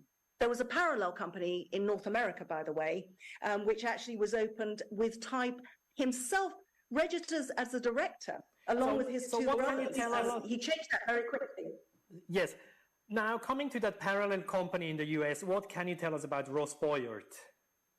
Well, I mean, most of the evidence that you and I have obtained has been actually, you know, we've been directed by insiders where to look, and then we've been able to corroborate all this in public record. But some of the information I received was through whistleblowers. And Ross Boyert was one very important whistleblower who had worked for the Taib family in North America. He reached out, we reached out, we managed to track him down, and you and I actually flew, didn't we, to see him in California, where we found a broken man, a man who had worked for the Taibs, who knew all about what they had been doing, who was controlling the company, and that was Taib Mahmud, who he called the Godfather, by the way. And he gave us a lot of documentation because he'd fallen out with the family and they'd set out to destroy him effectively. But he had copious documentation which showed that the major development company in the United States called Sakti, which owned enormous tower blocks, including the major building that houses the FBI in Seattle, one of the major FBI buildings and complexes in the United States, was owned by this Taib company. And as I said before, Taib Mahmud, together with his two brothers, were the original directors. Later, he slipped out and he put his son, Jamila's brother, Mahmud Abu Bakr Taib, into that director's position, and thereby hid his controlling influence. On the other hand, Ross did provide us with some very interesting documents that showed that secretly, behind the scenes and off the register, Taib still controlled 50% of the shares directly of that company. Those other publicized shareholders were holding secretly in trust 50% of the company for Taib. So how do you explain that there haven't been any legal consequences for Taib or any of his family members? I mean, that is one of the major defense today. We haven't been tried. We are innocent. Well, it's quite clear. I mean, we have a very difficult situation in Sarawak. Taib has to be one of the most powerful rogue state operators anywhere in the world. The federal government of Malaysia has almost no control over the family that has run Sarawak.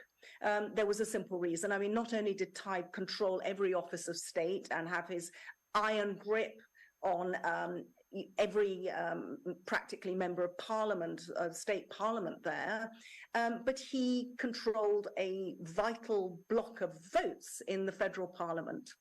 So therefore, by keeping the long-running governments that have been in power in Malaysia in office, they relied on his votes to stay in office in the federal government. That enabled Taib to cut deals to do exactly what he liked in Sarawak. So every time a corruption report has been filed against him, that corruption report has been swiftly filed away, and no one has taken action against Taib. That's the reason. The evidence is copious. You and I have spent years going through the records, and it's a very blatant purloining of state assets that Taib has been about. He's a man that has been in public service all his working life on a documented modest income, and yet he displays massive ostentatious wealth, from the huge jewelry that has dripped from his fingers, the watches, the fleets of Rolls Royces in his garages, the private planes, the foreign companies, The man is loaded with money. It's obvious, and everyone talks about it in Sarawak. You know, that's a starting point, but no one has ever done anything about him because he has too much power to unseat the government of the day in Malaysia. So my last question now is, in terms of asset recovery, what could be done next and by whom? Could something be done? It will take either international will. I did also a lot of investigation on the former Prime Minister of Malaysia and reported him to the FBI in America, who did decide to go after the blatant corruption in that case. And he was investigated by the FBI, prosecuted by the DOJ, and then lost power and is now in jail in Malaysia. So either you could have a similar process, you need to find the international will to go after Taib Mahmud. And possibly his greatest strength in that respect is that most of his crimes are quite historical, so that makes it more difficult to go after to do an international asset search. Or you get a government in Malaysia that is prepared and able at last to bite the bullet and deal with Taib or his family, who are now taking over and having a mighty squabble over the money that he has managed to accumulate. He's a very old man now, and we see his second very young wife and his children, who are older than the second very young wife, all having a big squabble at the moment as to who's going to go off with that cash. Thank you very much, Claire. We've run out of time, but that is very interesting, and I'm sure the tribunal will take into account what you have said today. Thank you so much. Thank you for inviting me.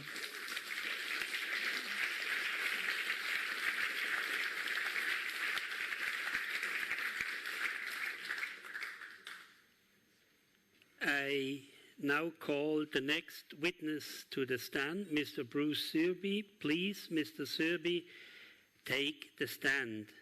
Bruce Serby is an attorney and a former U.S. federal prosecutor from Washington, D.C. 2 slides have been submitted as evidence for Bruce Serby's testimony on the tribunal. Please screen the slides.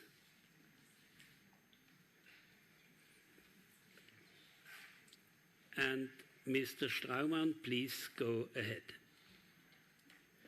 Thank you, Mr. President. And I would like to ask the witness to explain the slides to us right now. Good afternoon, and it's an honor to be here, everybody. So the slide here is a leaked document, leaked back in 2021, that lets us better than ever shine a light on the Taib family secrets and hidden wealth. And it is a road and mass record of ownership and control. And what Road and Mass was the longtime owner of a shell company that in turn owned a big office tower in Seattle, Washington, in the United States, that is leased by the FBI, the US FBI. And this document, I think its relevance is that it provides answers to the questions: where did all the money go, or where did some of the money go that disappeared during Taib's chief ministry of Sarawak and the deforestation of Sarawak. It also helps us answer how people use offshore corporations to hide their assets, as well as may provide answers to how the people of Sarawak can get money back that went away during the deforestation of their land. So I'm going to explain the terms here. A Society of International Journalists obtained these papers from a leak. Road and Mass is a BVI corporation in the British Virgin Islands, and these papers belong to a trust company that set up this shell company from which we have the records. You see that Layla Taib, the deceased wife of Taib, was the owner from the 1990s until 2009. And then this, according to this, Bakir Taib, or the son of Layla and Taib Mahmud, became the owner, the sole owner, after that in 2009. If we could go to the next slide, please. Next slide, please. This next slide tells the story of the Seattle office tower, which was owned by Road and Mass, which is now leased by the FBI, which in my opinion points to Taib Mahmud as likely having been its ultimate shadow owner all this time. But in the early 1990s, it's his son, Rahman, who in the early 20s probably had just been able to grow that mustache, nonetheless laid out over $17 million for this office tower. And then we have the office tower is owned by Wallisons, Inc., which is a shell company in Washington, the state of Washington. It does not disclose its ownership publicly. And then we go to the next slide. This property was being managed by Sakti International Corp., which Rahman was involved in, and as Claire Rucastle explained, was secretly owned through a trust relationship by Taib Mahmud. And then we see that Road and Mass actually owns Wallisons, according to an admission by Wallisons and Sakti in the lawsuit brought by Ross Boyert, who Claire also mentioned. And so Road and Mass, as we saw in the previous record, was at one point owned by, on paper at least, owned by Layla Taib. And then we see that in the next part of the slide, if we could, we see that management was transferred to a Canadian company, Sacto Corporation, which was owned by Jamila Taib, the daughter, and the son-in-law, Sean Murray. This transfer of the control over Wallisons, and therefore the building with the FBI in it, was done at the word of Taib Mahmud, according to Ross Boyert's files. And then we see that the record ownership of Road and Mass supposedly passes to Bakir Taib. And then we see that when you come down to it, one more animation, please. The only, the most reasonable explanation behind the ownership of this entity, there's no better candidate for this than Taib Mahmud, and there's very much reason to doubt this supposed transfer of ownership by Layla Taib to her son Bakir really took place. So I think that what I would like to say this does is this shows what was really going on within the company, and yet there was an effort throughout these years by these people to conceal this entire structure of true ownership in statements they made to the U.S. government that have been made at various points over the years, and that very well could be the undoing here. I think that this evidence raises the questions, first of all, how can this Road and Mass official record be believed that the true owners were Layla and Bakir and not Taib himself? Should Chief Minister of Sarawak be engaged in an outside commercial engagement, such as owning and managing real estate in the United States or anywhere else? I think that there is actually a constitutional ban on such outside commercial activities.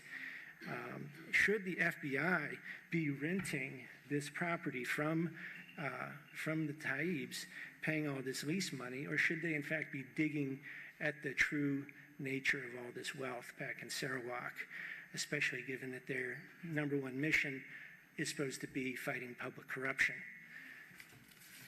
Bruce, thank you very much for this insightful presentation. Now, just can you please resume how much money are we talking about? And as a former prosecutor and a corruption cases prosecutor, I mean, where do you see any red flags for money laundering or other potential offenses? Well, first of all, it's a $35 million building in Seattle, according to the road and mass records that were leaked in 2021. So that gives you an idea of how much money we're talking about now that perhaps should wind up back in Malaysia. And in terms of red flags, I see a sea of red flags here as a former prosecutor for money laundering. You have hidden ownership. You have incorporations in places that don't make you reveal the owner of the corporation. You have, in the British Virgin Islands, for example, you have the investment in real estate, which is a typical type of money laundering investment. Of course, there are lots of clean investors in real estate, but that's exactly the point about money laundering. You're taking dirty money and you're trying to hide it amongst clean money, and you're trying to hide it and put it to use in ways that are actually legitimate business. But of course, there's a story that needs to be dug up from how that money got there. You have large values changing hands in real estate, and you have a perfect way to obscure ownership through this multi-tiered layer of corporate ownership. Are there any questions from the jury? As an American, one of the first questions that pops into my mind is, why has Taib Mahmud's conduct not had any legal consequences in the United States? It's a very good question.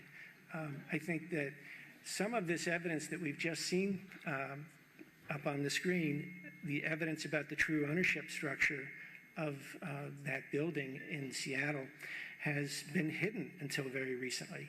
It's this leak of information in the so-called Pandora Papers in 2021 that has made this discussion today possible for me to make, and for us to point law enforcement to this evidence because they have not had that evidence previously when they've looked at this situation. Without that evidence, allegations that Bruno Manzer funds or others might make about the hidden ownership, they just fall flat. And in the meantime, while the FBI hopefully does not want to be leasing a big building in Seattle from a Malaysian politician such as Taib Mahmud, they have been stuck there with all their equipment and all their build-outs, feeling as if they don't have a choice to terminate it. I guess after reviewing evidence like this, we'll see. I think that the U.S. government has a chance now to look at this evidence and see whether the longstanding effort by various people within this circle to conceal the ownership structure certainly from the public has crossed any legal lines. So I also think I want to echo what Claire Rucastle said, that it can also be up to Malaysia. If it can muster the will to take on Taib and his clan, it can ask the United States for international legal assistance to go after some of the answers that have so far eluded authorities. The fight against kleptocracy has been gaining a lot of momentum in recent times. So perhaps malpractices of Taib Mahmud and his family and what we are discussing today happened in a different decade, a decade before. So I'd like to actually call upon you to help us understand if the strengthened rules around money laundering and the whole transparency around corporate ownership and the fight against transnational crime would also mean that Taib Mahmud is not really off the hook, and that he would now, in a set of a strengthened system globally, that we would be able to actually get communities to lodge fresh reports. Would that be possible? With different jurisdictions in which he may have parked his loot. And the entire work of anti-corruption, I hope you would elaborate on how to return stolen assets to the victims of high-level corruption. Is there any way in which there might be possibilities to actually bring back Taib Mahmud's case in this current context? Well, certainly you're right about the fact that there's a global movement towards greater corporate transparency. The United States, which has long been very hypocritical in this regard, is actually on board and has something called the Corporate Transparency Act on the books that's taking effect soon. It will force corporations like Wallisons to disclose its true beneficial ownership to at least the United States government. And I do think that in that context, the times are changing, as Bob Dylan said, in not a good way for kleptocrats. So that's going to uncover a lot of things that have been hidden away in corporate files that sometimes leak out and sometimes don't. And there is the hope to turn over new rocks and find the evidence to return the money to places like Malaysia. I think, though, it is one thing that placing this case in a wider context for me does is suggest that it's a very long struggle, and you need organizations that are willing to keep track of these cases over long periods of time, patiently waiting for breaks like the Pandora Papers, and then pursuing governments who may have institutionally forgotten what's going on to do the right thing. And that is, that is requiring organizations that are smart and that are tough and able to tough out lawsuits against them. Yet I see that in the future. Thank you. Thank you, Mr. Serbi, for testifying.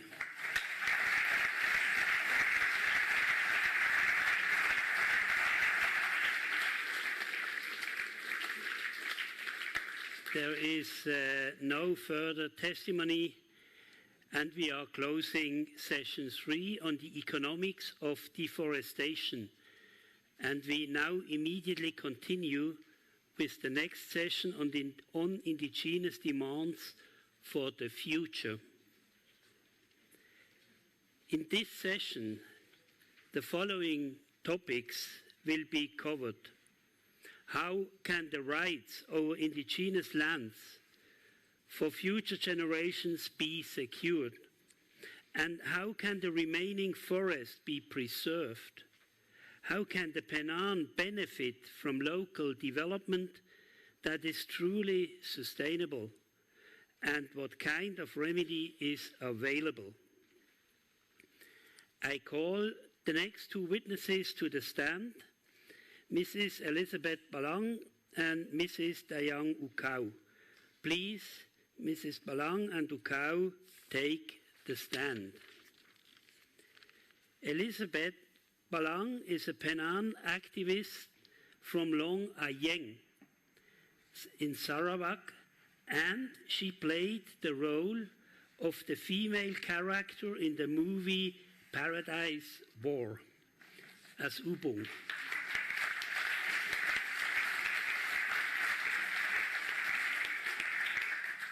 Dayang Ukau is a Penang activist from Pateu, Bungan, Mulu in Sarawak. I have been informed that Mrs. Balang and Mrs. Ukau wish to submit maps as evidence for this session. These maps are showing the native customary rights land of 63 Penang villages in the rainforest of Sarawak. Please submit this evidence.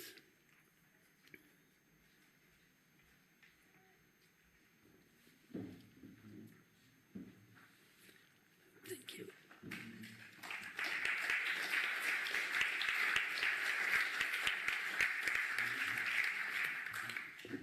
Thank you.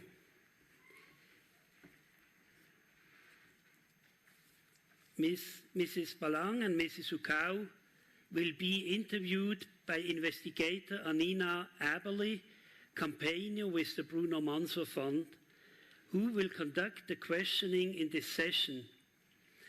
Their testimony will be translated from Malay to English by Celine Lim.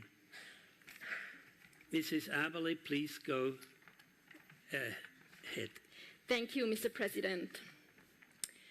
Now on screen we will see the map of Long Aceng. This is the village of Miss Balang.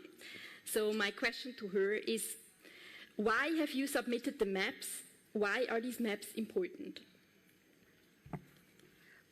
Sudah tentu ini untuk kami diiktirafkan sebagai komuniti asal di tempat kami sendiri dan menghormati hak kami sebagai guardian of the rainforest untuk membuktikan kami kenal wilayah dan tanah kami sendiri. We submitted this map to prove that we are the original and even indigenous communities that has been there for generations, and we understand intimately our territories, our lands, and our rivers, and all. So this was our effort to showcase that we are really the indigenous communities that are there. They've been living there for generations, and truly we are also known as the world's best guardian of the rainforest. Kami ingin peta-peta ini diiktiraf secara rasmi oleh kerajaan. We would like that our maps be recognized officially by our government. Peta-peta ini mengandungi kawasan-kawasan penting seperti tanah perkuburan lama, tempat penempatan awal, dan Birai Jakah yang merupakan kawasan sumber sago yang merupakan makanan utama kami. On the map itself, you could see that we understand where exactly the important sites are in our territories. There are ancient burial grounds. There are areas that is full and rich of sago plantations. What do your villagers do to protect the forest? Sejak tahun 1990, kami telah mengadakan blokade di Long Segah untuk menentang aktiviti pembalakan di situ. Since 1990, we have set up a blockade in our area to oppose the timber concession or timber activity that is happening in the area. Dan baru-baru ini kita juga mendirikan satu blokade di Batu Siman untuk karena pencerobauan di kawasan tersebut oleh company. We recently also set up a blockade at Batu Siman because of the logging activities in that area. Kawasan ini merupakan tempat suci. Batu Siman is known and it is recognized as a sacred site for all our communities. Sekarang kami kini menjadi sebahagian dari proyek Upper Baram Forest Area, yaitu UBFA. We are also now a part of the Upper Baram Forest Area Initiative, or also known as UBFA. Bagi pengetahuan kita semua, UBFA ini merupakan salah satu inisiatif daripada komuniti sendiri di mana kami akan menjadi sebahagian daripada pengurusan kawasan hutan ini bersama dengan pihak kerajaan melalui Jabatan Perhutanan Sarawak dan diiktirafkan oleh ITTO. For your information, Upper Baram Forest Area is an initiative of forest management where the indigenous community will be running it and managing it together with the different state actors together, but we will play a part in determining what will happen in that area. Kami sebagai penduduk kampung di Long Aceng, kami sangat teruja menjadi sebahagian daripada projek UBFA ini. We as the community of Long Aceng is absolutely excited to be a part of this exciting project. Karena ini bermakna kami yang berkuasa untuk menentukan penggunaan tanah atau wilayah kami. Again, this means we are given that opportunity, we are given that platform to determine what will happen in our territories. Untuk pengetahuan kita semua juga, pada tahun 2018, di kawasan kami dikejutkan dengan aktiviti sebuah syarikat di mana mereka telah menceroboh kawasan kami dengan menebang pokok secara agresif. For your information, in 2018, our community was shocked to find out of a logging activity that has happened in our area. Kami tidak membuang masa yang lama, kami terus mendirikan bloket bagi mengelakkan aktiviti ini terus berleluasa. We didn't waste much time. We immediately set up blockades so that this activity will not proceed longer. Dipendekkan cerita, komuniti mendakwa syarikat tersebut di mahkamah.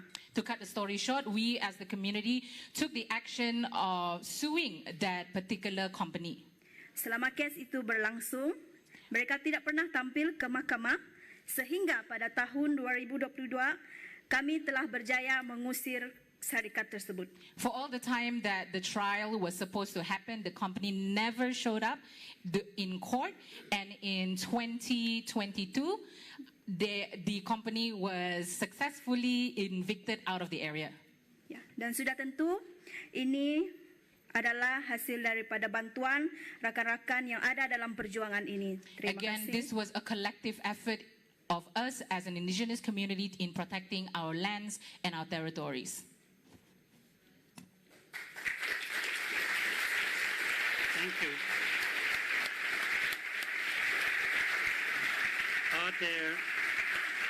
Thank you.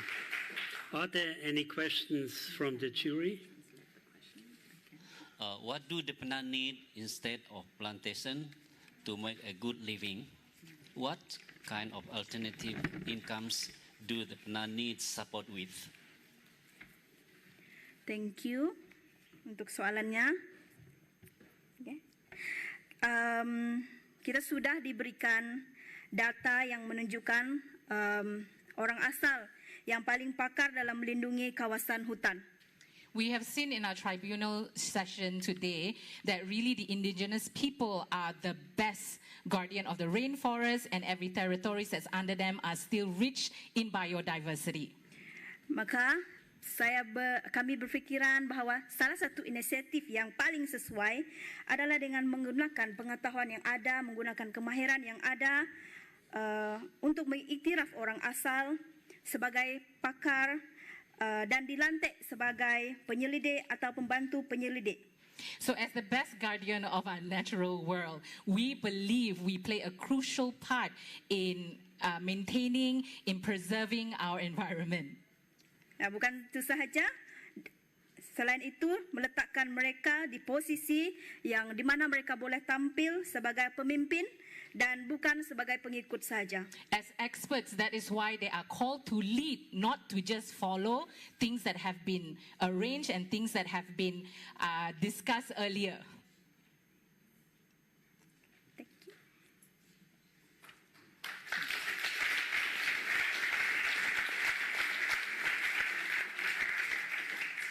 What does your village and the Penan in general demand from logging companies and the government for the future? Ya, harus hak izin maklum awal bebas dan telus yaitu IMBABT mesti dihormati oleh pihak company. Our right, our free, prior and informed consent right must be respected. Mereka tidak boleh masuk sewenang-wenangnya tanpa duduk berbincang dan meminta izin dan dari kami terlebih dahulu. No external party should come into our territories without sitting down with us and asking for our consent for our territories. Ditegaskan lagi, bukan bincang dan meminta izin hanya dari ketua kampung atau segelintir orang sahaja.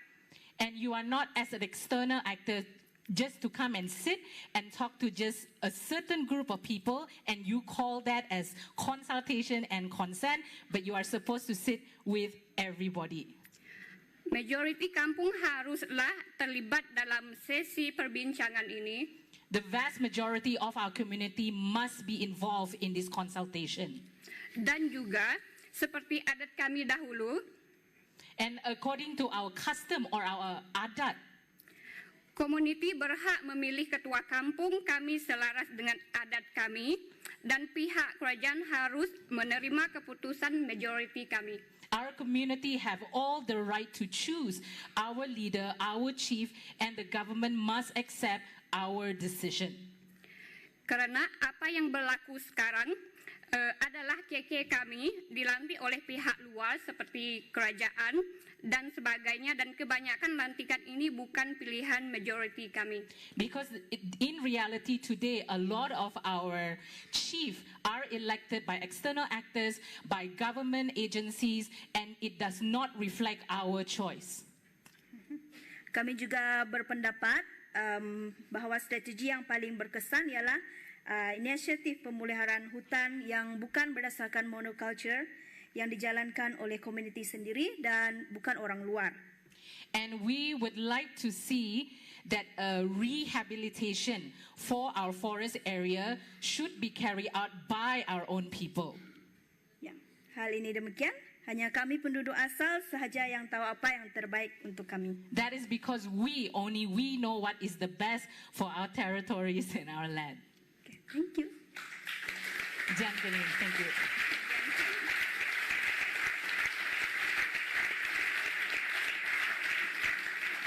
There is time left for another question from the jury. Yes, please.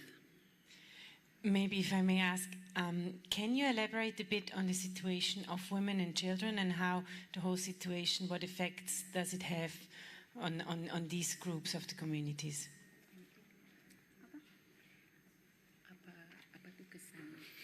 Apa kesan reality sekarang untuk kaum wanita dan juga kaum dengan juga kanak-kanak?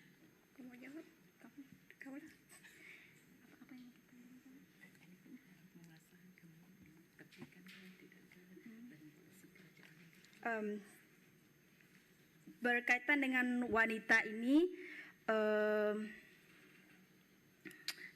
banyak sudut yang kita boleh bincang sebenarnya, dari sudut pendidikan, dari sudut kesehatan. Semua itu bolehlah dikatakan bahawa wanita ini kurang dipandang. All I can say is, even as a woman, there's much to be talked about, areas that involves health, areas that involves education. But for now, we feel that our policy has never took the time to listen to our voice. Kenapa? Ialah mungkin kalau kita dari sudut kesehatan lah, contohnya wanita itu, macam mana nak cakap, wanita itu tidak diberikan tidak diberikan akses kepada kesehatan. So what Dayang has shared was that even as a woman, accessibility to health services is something that they struggle with.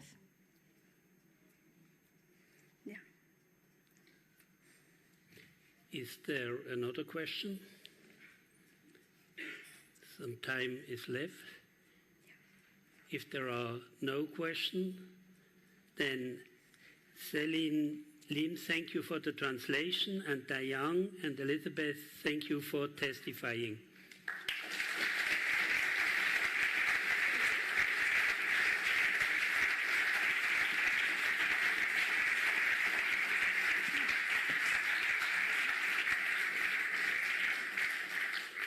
I call the next witness to the stand, Mr. Roland Engan. Please, Mr. Engan, take the stand. Mr. Roland Engan is a land rights lawyer and politician from the Kenya people from Miri in Sarawak. Please, Mrs. Aberley, go ahead. Thank you, Mr. President. Mr. Engan, what steps are needed towards the recognition of indigenous territories for the future generations in Sarawak? What policy reform is needed? Mr. President, honorable juries, colleagues from Sarawak, ladies and gentlemen, good afternoon. I'm glad to be here today to share my experience and my conviction about what are the steps to be taken, that need to be taken immediately, particularly as a politician and also an indigenous lawyer. I'm an indigenous myself, returned from Kuala Lumpur after 20 years of practice, legal practice in Kuala Lumpur. and preferred to live in Miri, where my hometown is, and undertake to fight alongside my people, the indigenous group of Sarawak. I believe the first step should be the political will of the present government. Enough has been said about what should be done. When we were in the opposition, we talk about UNDRIP, we talk about the right to clean environment, and so forth. So many things that have been promised to the people, but I believe this is the right time. With the new Prime Minister, we have just concluded our 6 states election in Malaysia last few days, and it is time for us to honor the promises.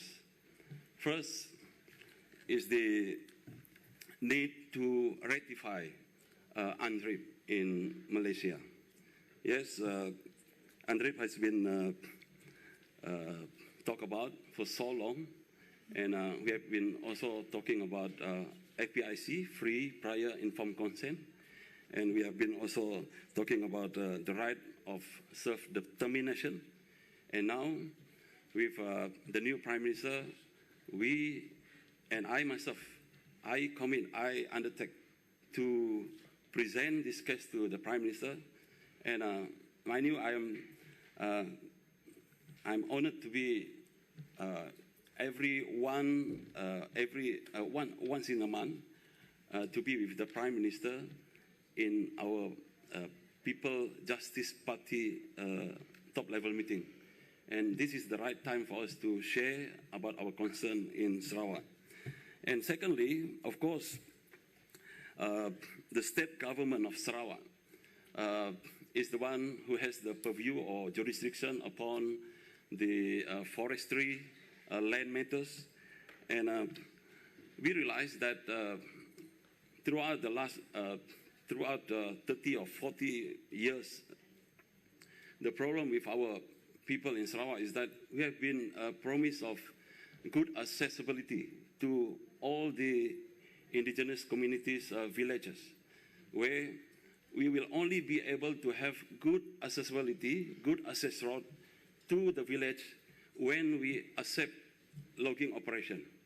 And the government will never fulfill their duty to develop or to build any access road to our area.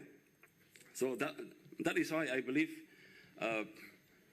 the situation now, the political development in Malaysia now is that we have this unity government where the ruling party in Sarawak, the Premier of Sarawak, has made undertaking to continue to support the unity government. The good thing is that before the unity government has been set up, there was a MOU, Memorandum of Understanding, which has been signed by all the political parties that form the unity government. And one of the reasons, or one of the objectives of that unity government is that we must upgrade the livelihood of the indigenous people in Sarawak, particularly when there is any plan for development within the community or the territorial area of the indigenous community. There must be a consultation made first. Then only we understand the concern or the needs of the people, particularly the indigenous community of Sarawak. And all the political parties that form that unity government have signed that memorandum of undertaking. There was an incident where the contractors who built the telecommunication tower, they were chased away by the Penan group in Ulubaram.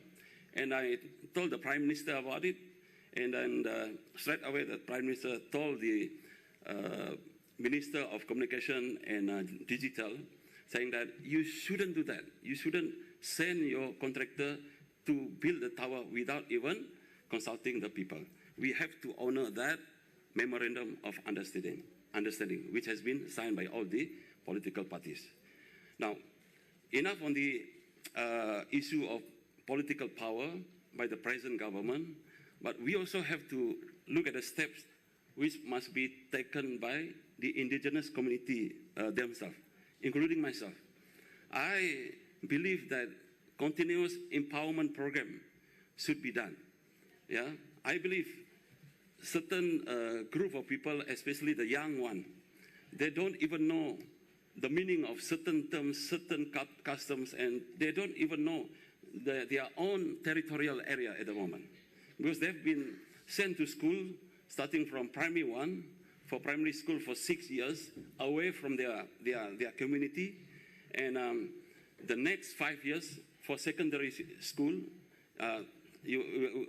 we could imagine about 11 years of their early school days, they were away from their family and their community.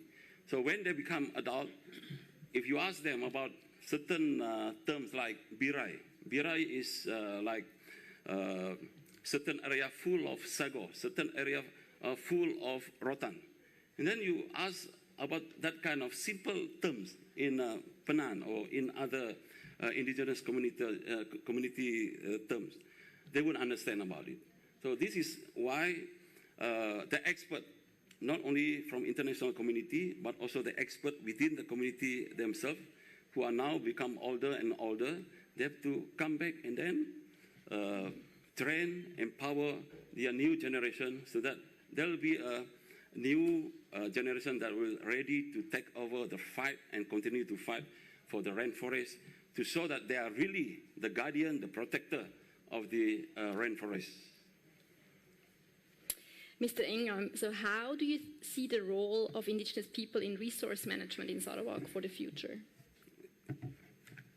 Yeah, it's a really subjective and really good question actually, but we have to see who we are as the indigenous people at this point of time.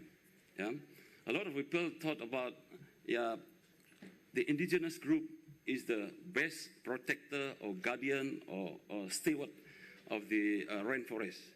But let us look in detail. Most of the, or majority of the indigenous people in Sarawak are the Christians. Yeah? They've been taught of how to become good steward of this earth. Yeah? I still remember when we have been taught about Psalm 115, verse 16. The heavens belong to the Lord, but the earth has been given to the mankind.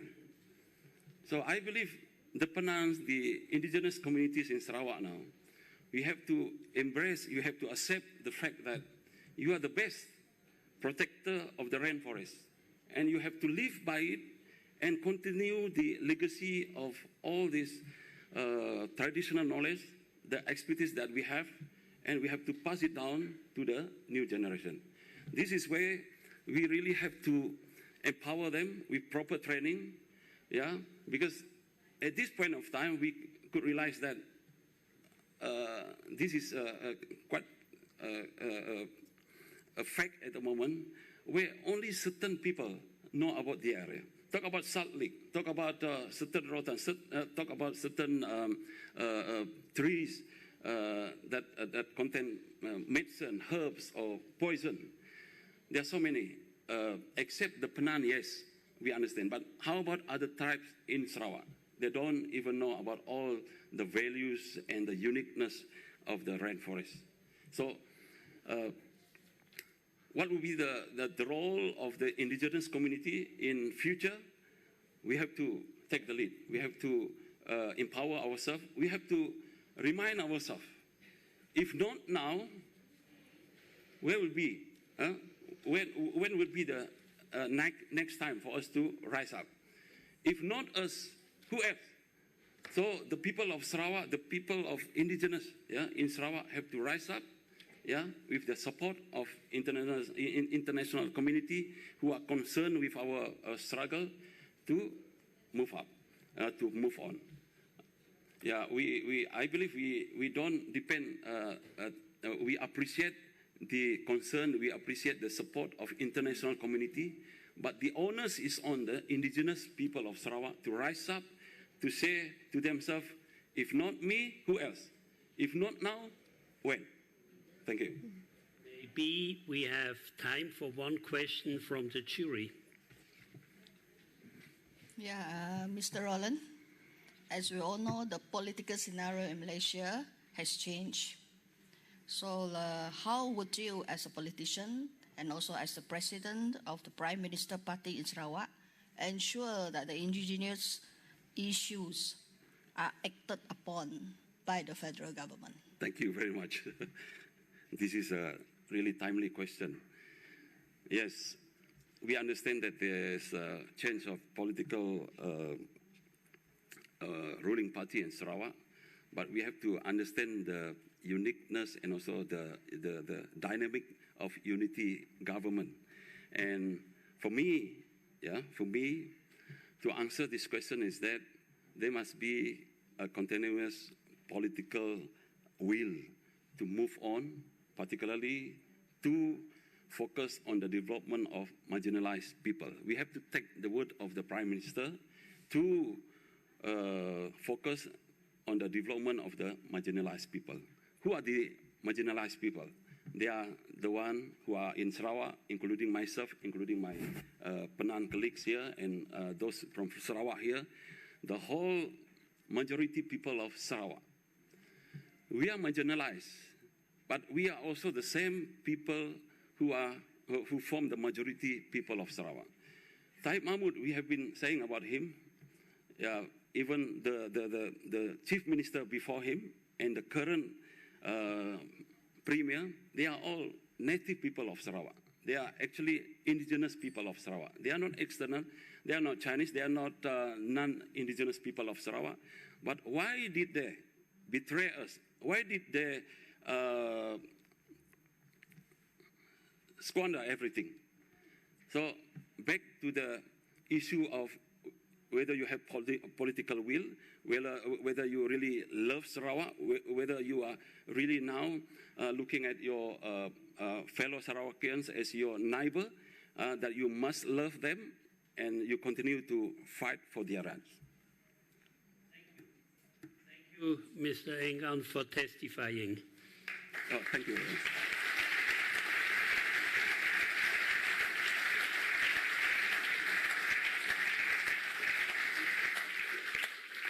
I call now the last witness to the stand, the last witness of this session, Mrs. Celine Lim. Please take the stand.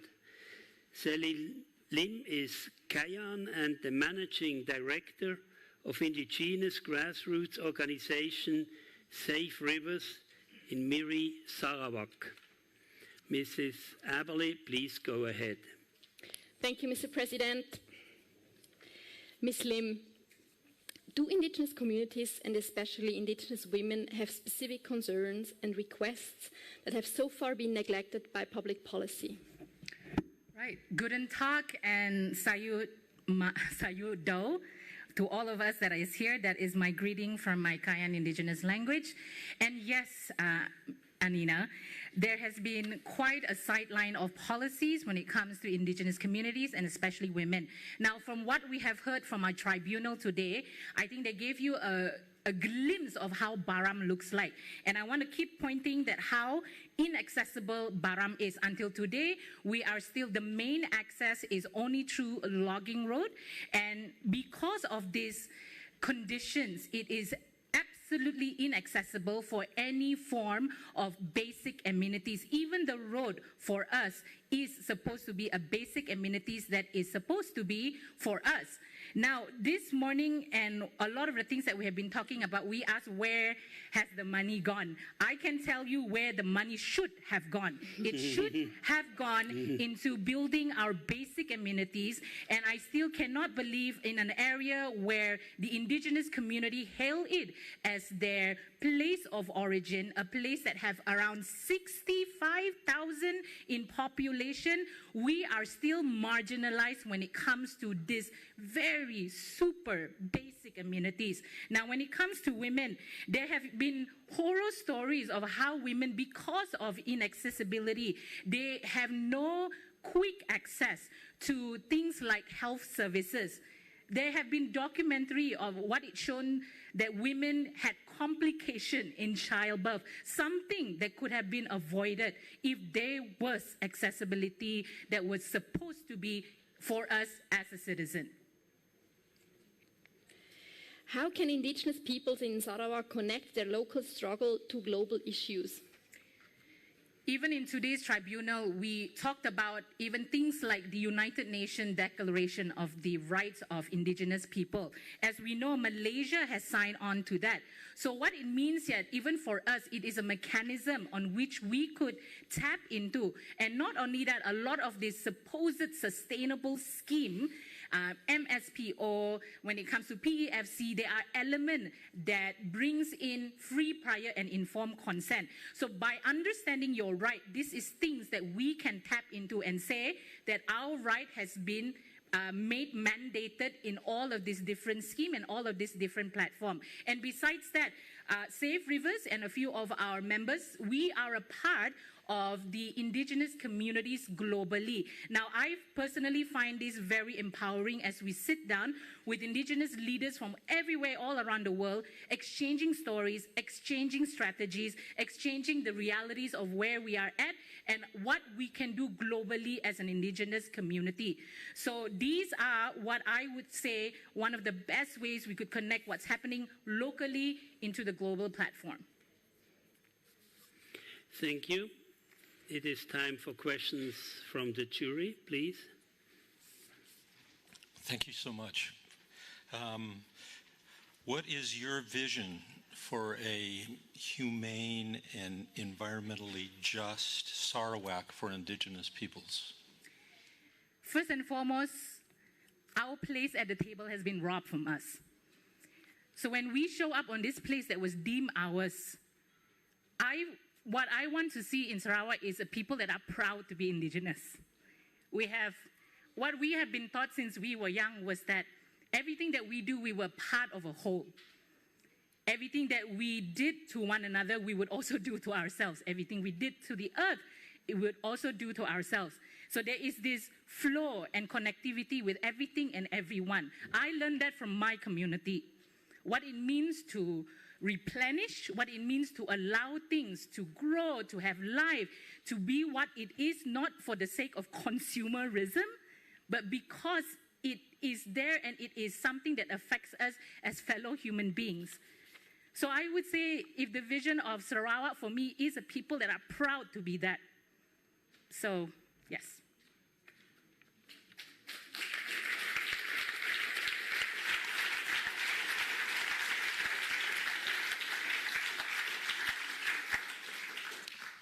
I suppose following up from that question, what do you as an indigenous person demand from Malaysian society, the government and the world as a whole? To my government, we are your best asset. And I think if you could understand so many of the campaign and the journey we have taken to advocate for our people, for our rights, was not selfish in nature. We love to be Sarawakian. I'm proud to be Sarawakian. I'm proud to be Malaysian. But I am now with a government that in so many ways, not only am I indigenous, I'm also running a civil society organization. And most of the time, they do not see us as a helpful asset. They see us as opposition. So probably my message to my government is, I don't want to be opposition. I want to be a part of a nation building, a nation that I would be very proud to be a part of. So not only to my government, but also to the world, the global north. This is a time where we return. And again, I would say we are in a time of crisis. And this discourse that we're having internationally to turn our eyes to the global south. The global south are not just followers. We are leaders in our own right. So to have that recognized, yes, we would demand for that.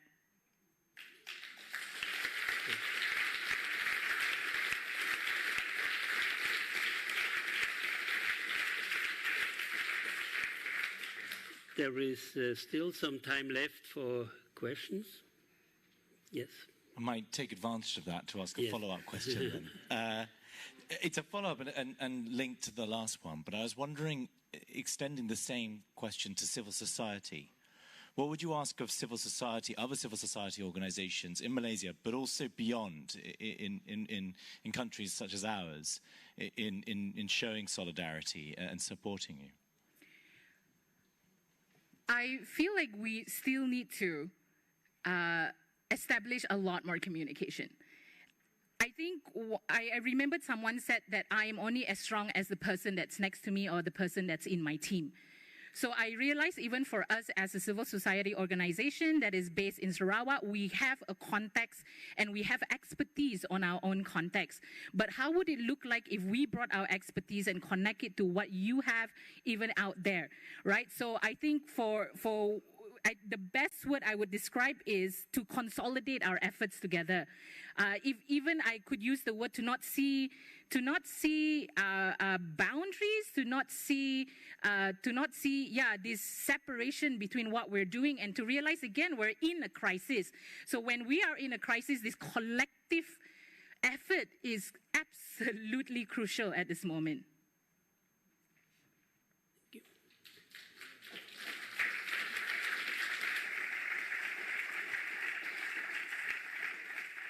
Is there another question from the jury? Yes, please.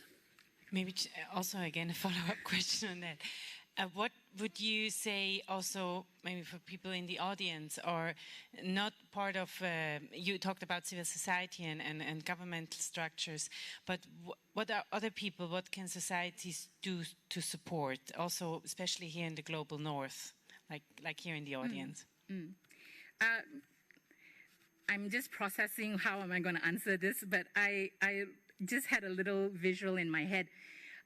So I grew up and I was born in a village, but we moved into the city for the longest time, and I grew up in the city, but I carry with me the language of my people, the custom of my people, because I spent my childhood in my village. So basically what I wanted to just say was when we are gathered together like this in this hall, I know that even for my elders that are here, I grew up with a lot of their stories and a lot of the stories that have been passed down to us. So I think when it comes to even communicating these stories, sometimes a lot of things get lost in translation. And in so many ways, I would love to see a lot more, I don't know how to put this, but people that are in between that is able to actually carry the narrative that is on the ground to elevate it up even together on this international platform. So even right now in this hall, I would ask that, we don't romanticize the fact that we're indigenous communities, but we are people with convictions, we are people with experiences even now. Because again, I have traveled in area where they look at indigenous communities and indigenous people and they romanticize who we are and what we do, but we are people struggling with nuances, complexities, and even though we do not speak the same language, but our basic human experience is the same.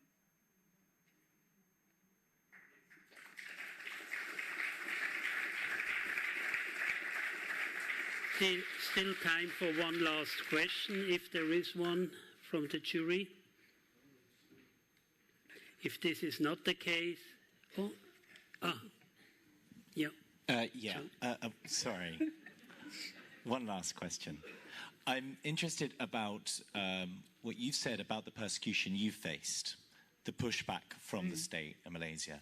And we've also heard earlier in this tribunal about some of the attempts by companies in the global north, some companies tied to the Taib family, to suppress information, to suppress speech. I'm wondering the extent to which there are similarities in the tactics being used and similarities or learnings that we can share with each other about how to respond to those intimidation and harassment tactics.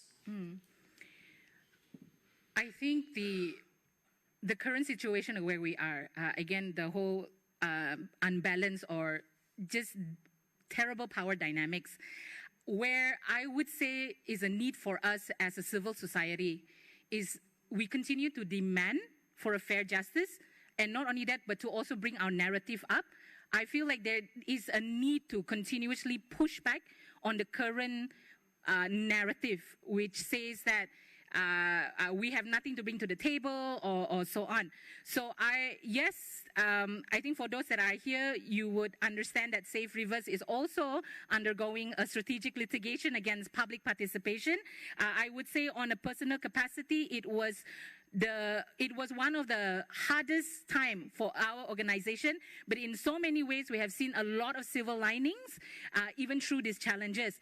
So I would say, if I'm convinced of my mandate and I'm convinced of what my cause is, regardless what the pushback is, I would like to push harder. Thank you.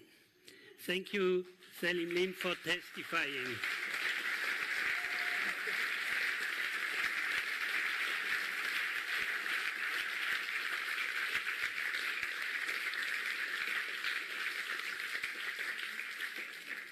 Herewith, I close session 4 on indigenous demands for the future. This was our last session with witness examination. The jury will now retire for deliberation. We can expect their assessment by 3:45. Until then, we will take a short break for coffee and cake.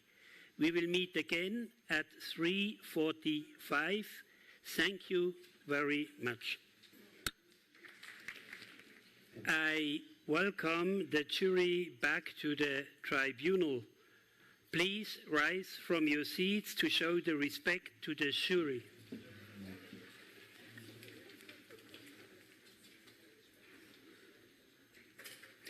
Thank you. Please take your seats. I will now pass over to 4 speakers of the jury who will answer the questions the Penan asked of the tribunal. In the short amount of time, this is the jury joint statement, but they reserve the right to amend it before publication. I hand over to the jury.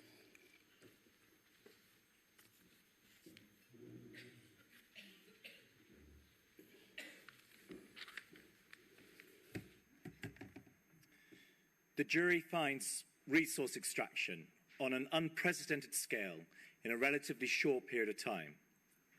No other region in the world has seen anything comparable to the rainforest destruction seen in Sarawak. 90% has been destroyed, and only 5% of the primary rainforest remains fully intact.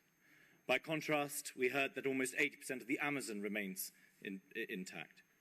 At its height, Sarawak became the largest timber exporter in the world, despite covering only 0.7% of the world's tropical rainforest. We heard that in the late 1970s, the Sarawak rainforests were considered a model of biodiversity, a place where 120 scientists travelled in order to learn more about the natural world, and where hundreds of new species of animals and plants were observed and catalogued for the first time. We heard how 3,000 species of trees were native to Borneo, and in many cases present only on the island. We heard that it was here that the secrets of the rainforest were first discovered. The instrumental role of trees, for example, in providing the nutrients needed for biodiversity to grow. We heard that these trees were not just indispensable to the growth and conservation of biodiversity, however. Given the way that trees sequestered CO2 from the atmosphere, they play a similarly integral role in the fight against climate change. The deforestation we have seen in Sarawak, therefore, is not just a threat to plants and to wildlife. It is a threat to the climate, and by implication, to all human life on Earth. We heard how, as a result of the destruction of the rainforest in Sarawak, Borneo now ranks as the most vulnerable biodiversity hotspot in the world. We heard the example of how 62% of dipterocarps are threatened due to illegal logging. We heard how the loss of 90% of the rainforest in the Sarawak implies a 50% loss in biodiversity. We heard that agribusiness has now overtaken logging as the main contributor to deforestation. We heard that palm plantations lead to desertification, and once converted to palm oil plantations, there is nothing left of the original rainforest. We heard about the various impacts on the livelihoods of humans, the problems of child labour, of forced labour, pesticide use, pollution of rivers, and of course, to climate change.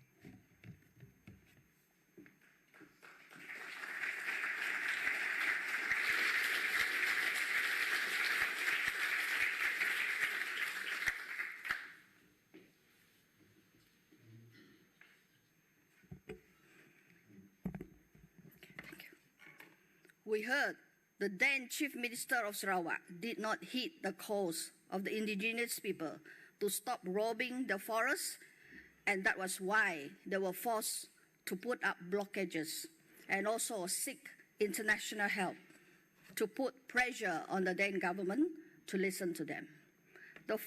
We heard the forest was very important for the daily lives for the indigenous people, and the forest means living and life for the indigenous people. The logging activities, we heard, the logging activities gravely impact the lives of the indigenous people as they were robbed of the forest and livelihood, and there were no jobs for them to sustain the living and the family. They were discriminated because they were the Penans who wanted to safeguard the rights to the ancestral lands. We heard the Penans were offered jobs by the logging companies, but they were paid very low wages, which was not even enough to feed a family. We heard the logging projects actually make them poorer. We heard the government did not recognize the customary land rights, and the people were arrested because they protested against the logging activities. We heard, however, the arrest had made the Penans even more determined to continue the fight for the land rights. We heard the Penans wanted the government to recognize the ancestral land rights and wanted the government to stop the issuance of more timber license to logging companies and to have measures to stop illegal logging activities in Sarawak.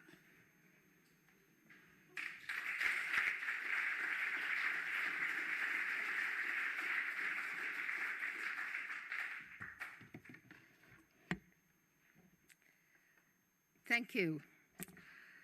We heard that Sarawak's natural resources and rainforests have been stolen in huge proportions, and the full consequences of which are really very difficult to quantify. Thanks to decades of zero accountability and almost no transparency in government. We heard that timber has been logged without consultation with the indigenous communities, and timber has been sold wholesale without proper procedures. The trees are gone, and the communities are suffering.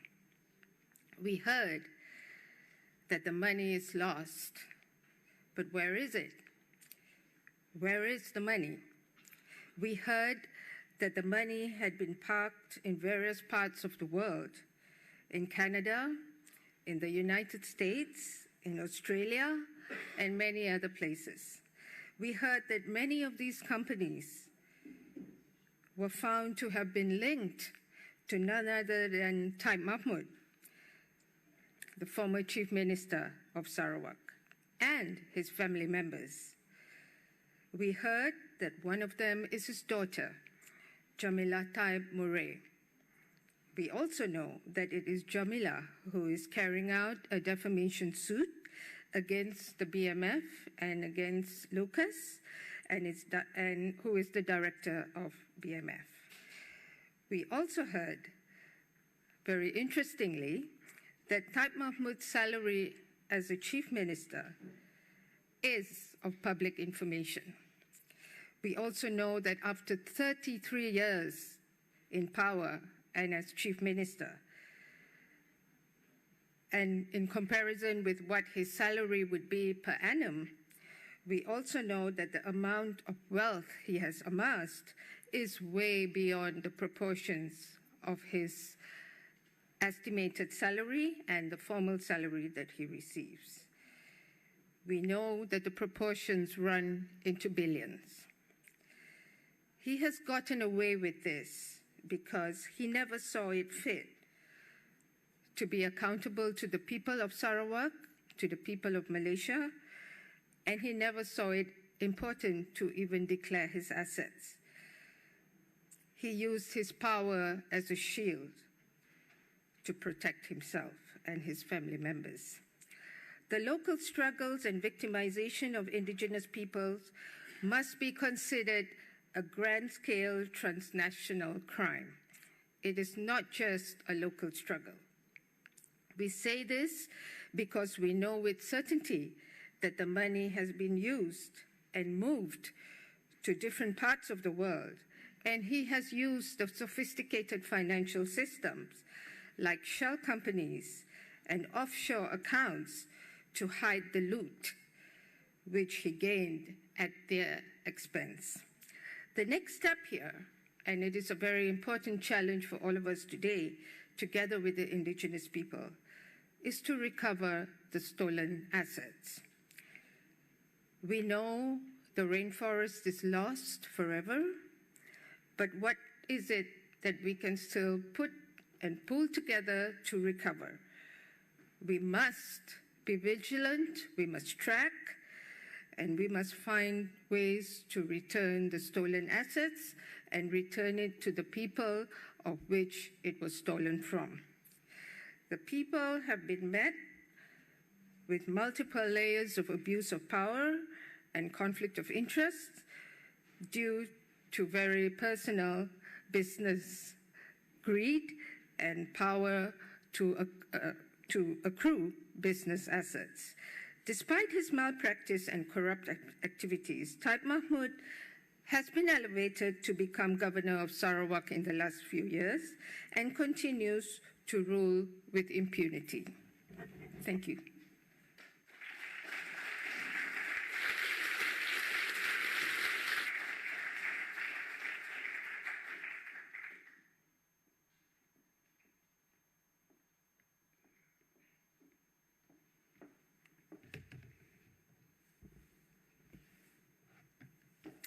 Thank you. We heard today that the state of the rainforest in Sarawak is historically unprecedented. The actions leading to this state were even labeled as the crime of ecocide. But this morning, scientists gave us some hope. They said that the forest can come back, but for this, actions and change are needed. First and foremost, the land rights have to be given back to the indigenous peoples, and they have to be offered just compensation for their services in preserving and restoring the forests. They are the best guardians of the rainforest, we have heard multiple times. They also play a crucial part in maintaining the forests.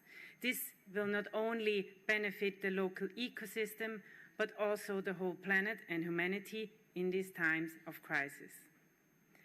But to play this crucial role and to have their rights restored, we heard they need access.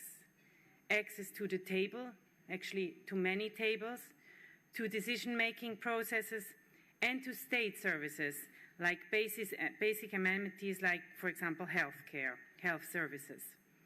And we heard they need free, prior, and informed consent to all projects implemented on their Asian territories. We heard and we also saw that a lot of the work was already done or has already been done, as for example, collecting the traditional educational knowledge of their ancestors, and together with the new scientific literacy of the new generations. We have seen, for example, the maps. This builds a great and solid foundation for the future. So let's continue to dream of this university of knowledge where the best of both worlds come together. Let it become a reality. We heard a vision of proud, empowered people, not romanticized, but as agents for change, who are crucial in nation building. They need a seat at the table, and the world and leaders must listen to what they ask for compensation. Overall, Indigenous peoples are the best asset for making the future just and environmentally sustainable. They are not the past. They should lead us into the future. Thank you.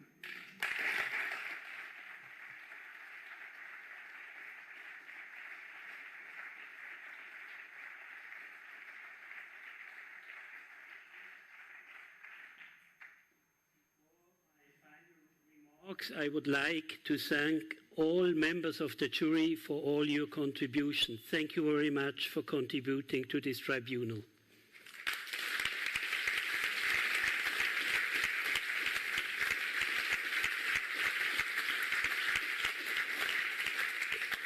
Today's tribunal, as explained at the beginning, is purely symbolic, a political theatre. Questions and answers have shown how important the topics are. I commend all the participants for their dedication and their contributions, which have helped us better understand the situation in Sarawak. I also thank the audience for showing interest and attending, and for your patience. The Rainforest Tribunal has deliberately not referred to tomorrow's civil proceedings in court. However, some of us will meet again tomorrow in court. And one witness has not been here, Bruno Manso. However, the story we've heard today became also his story. His legacy is carried on by the Bruno Manso Fund, who has organized this tribunal and will be standing in court tomorrow to defend the truth.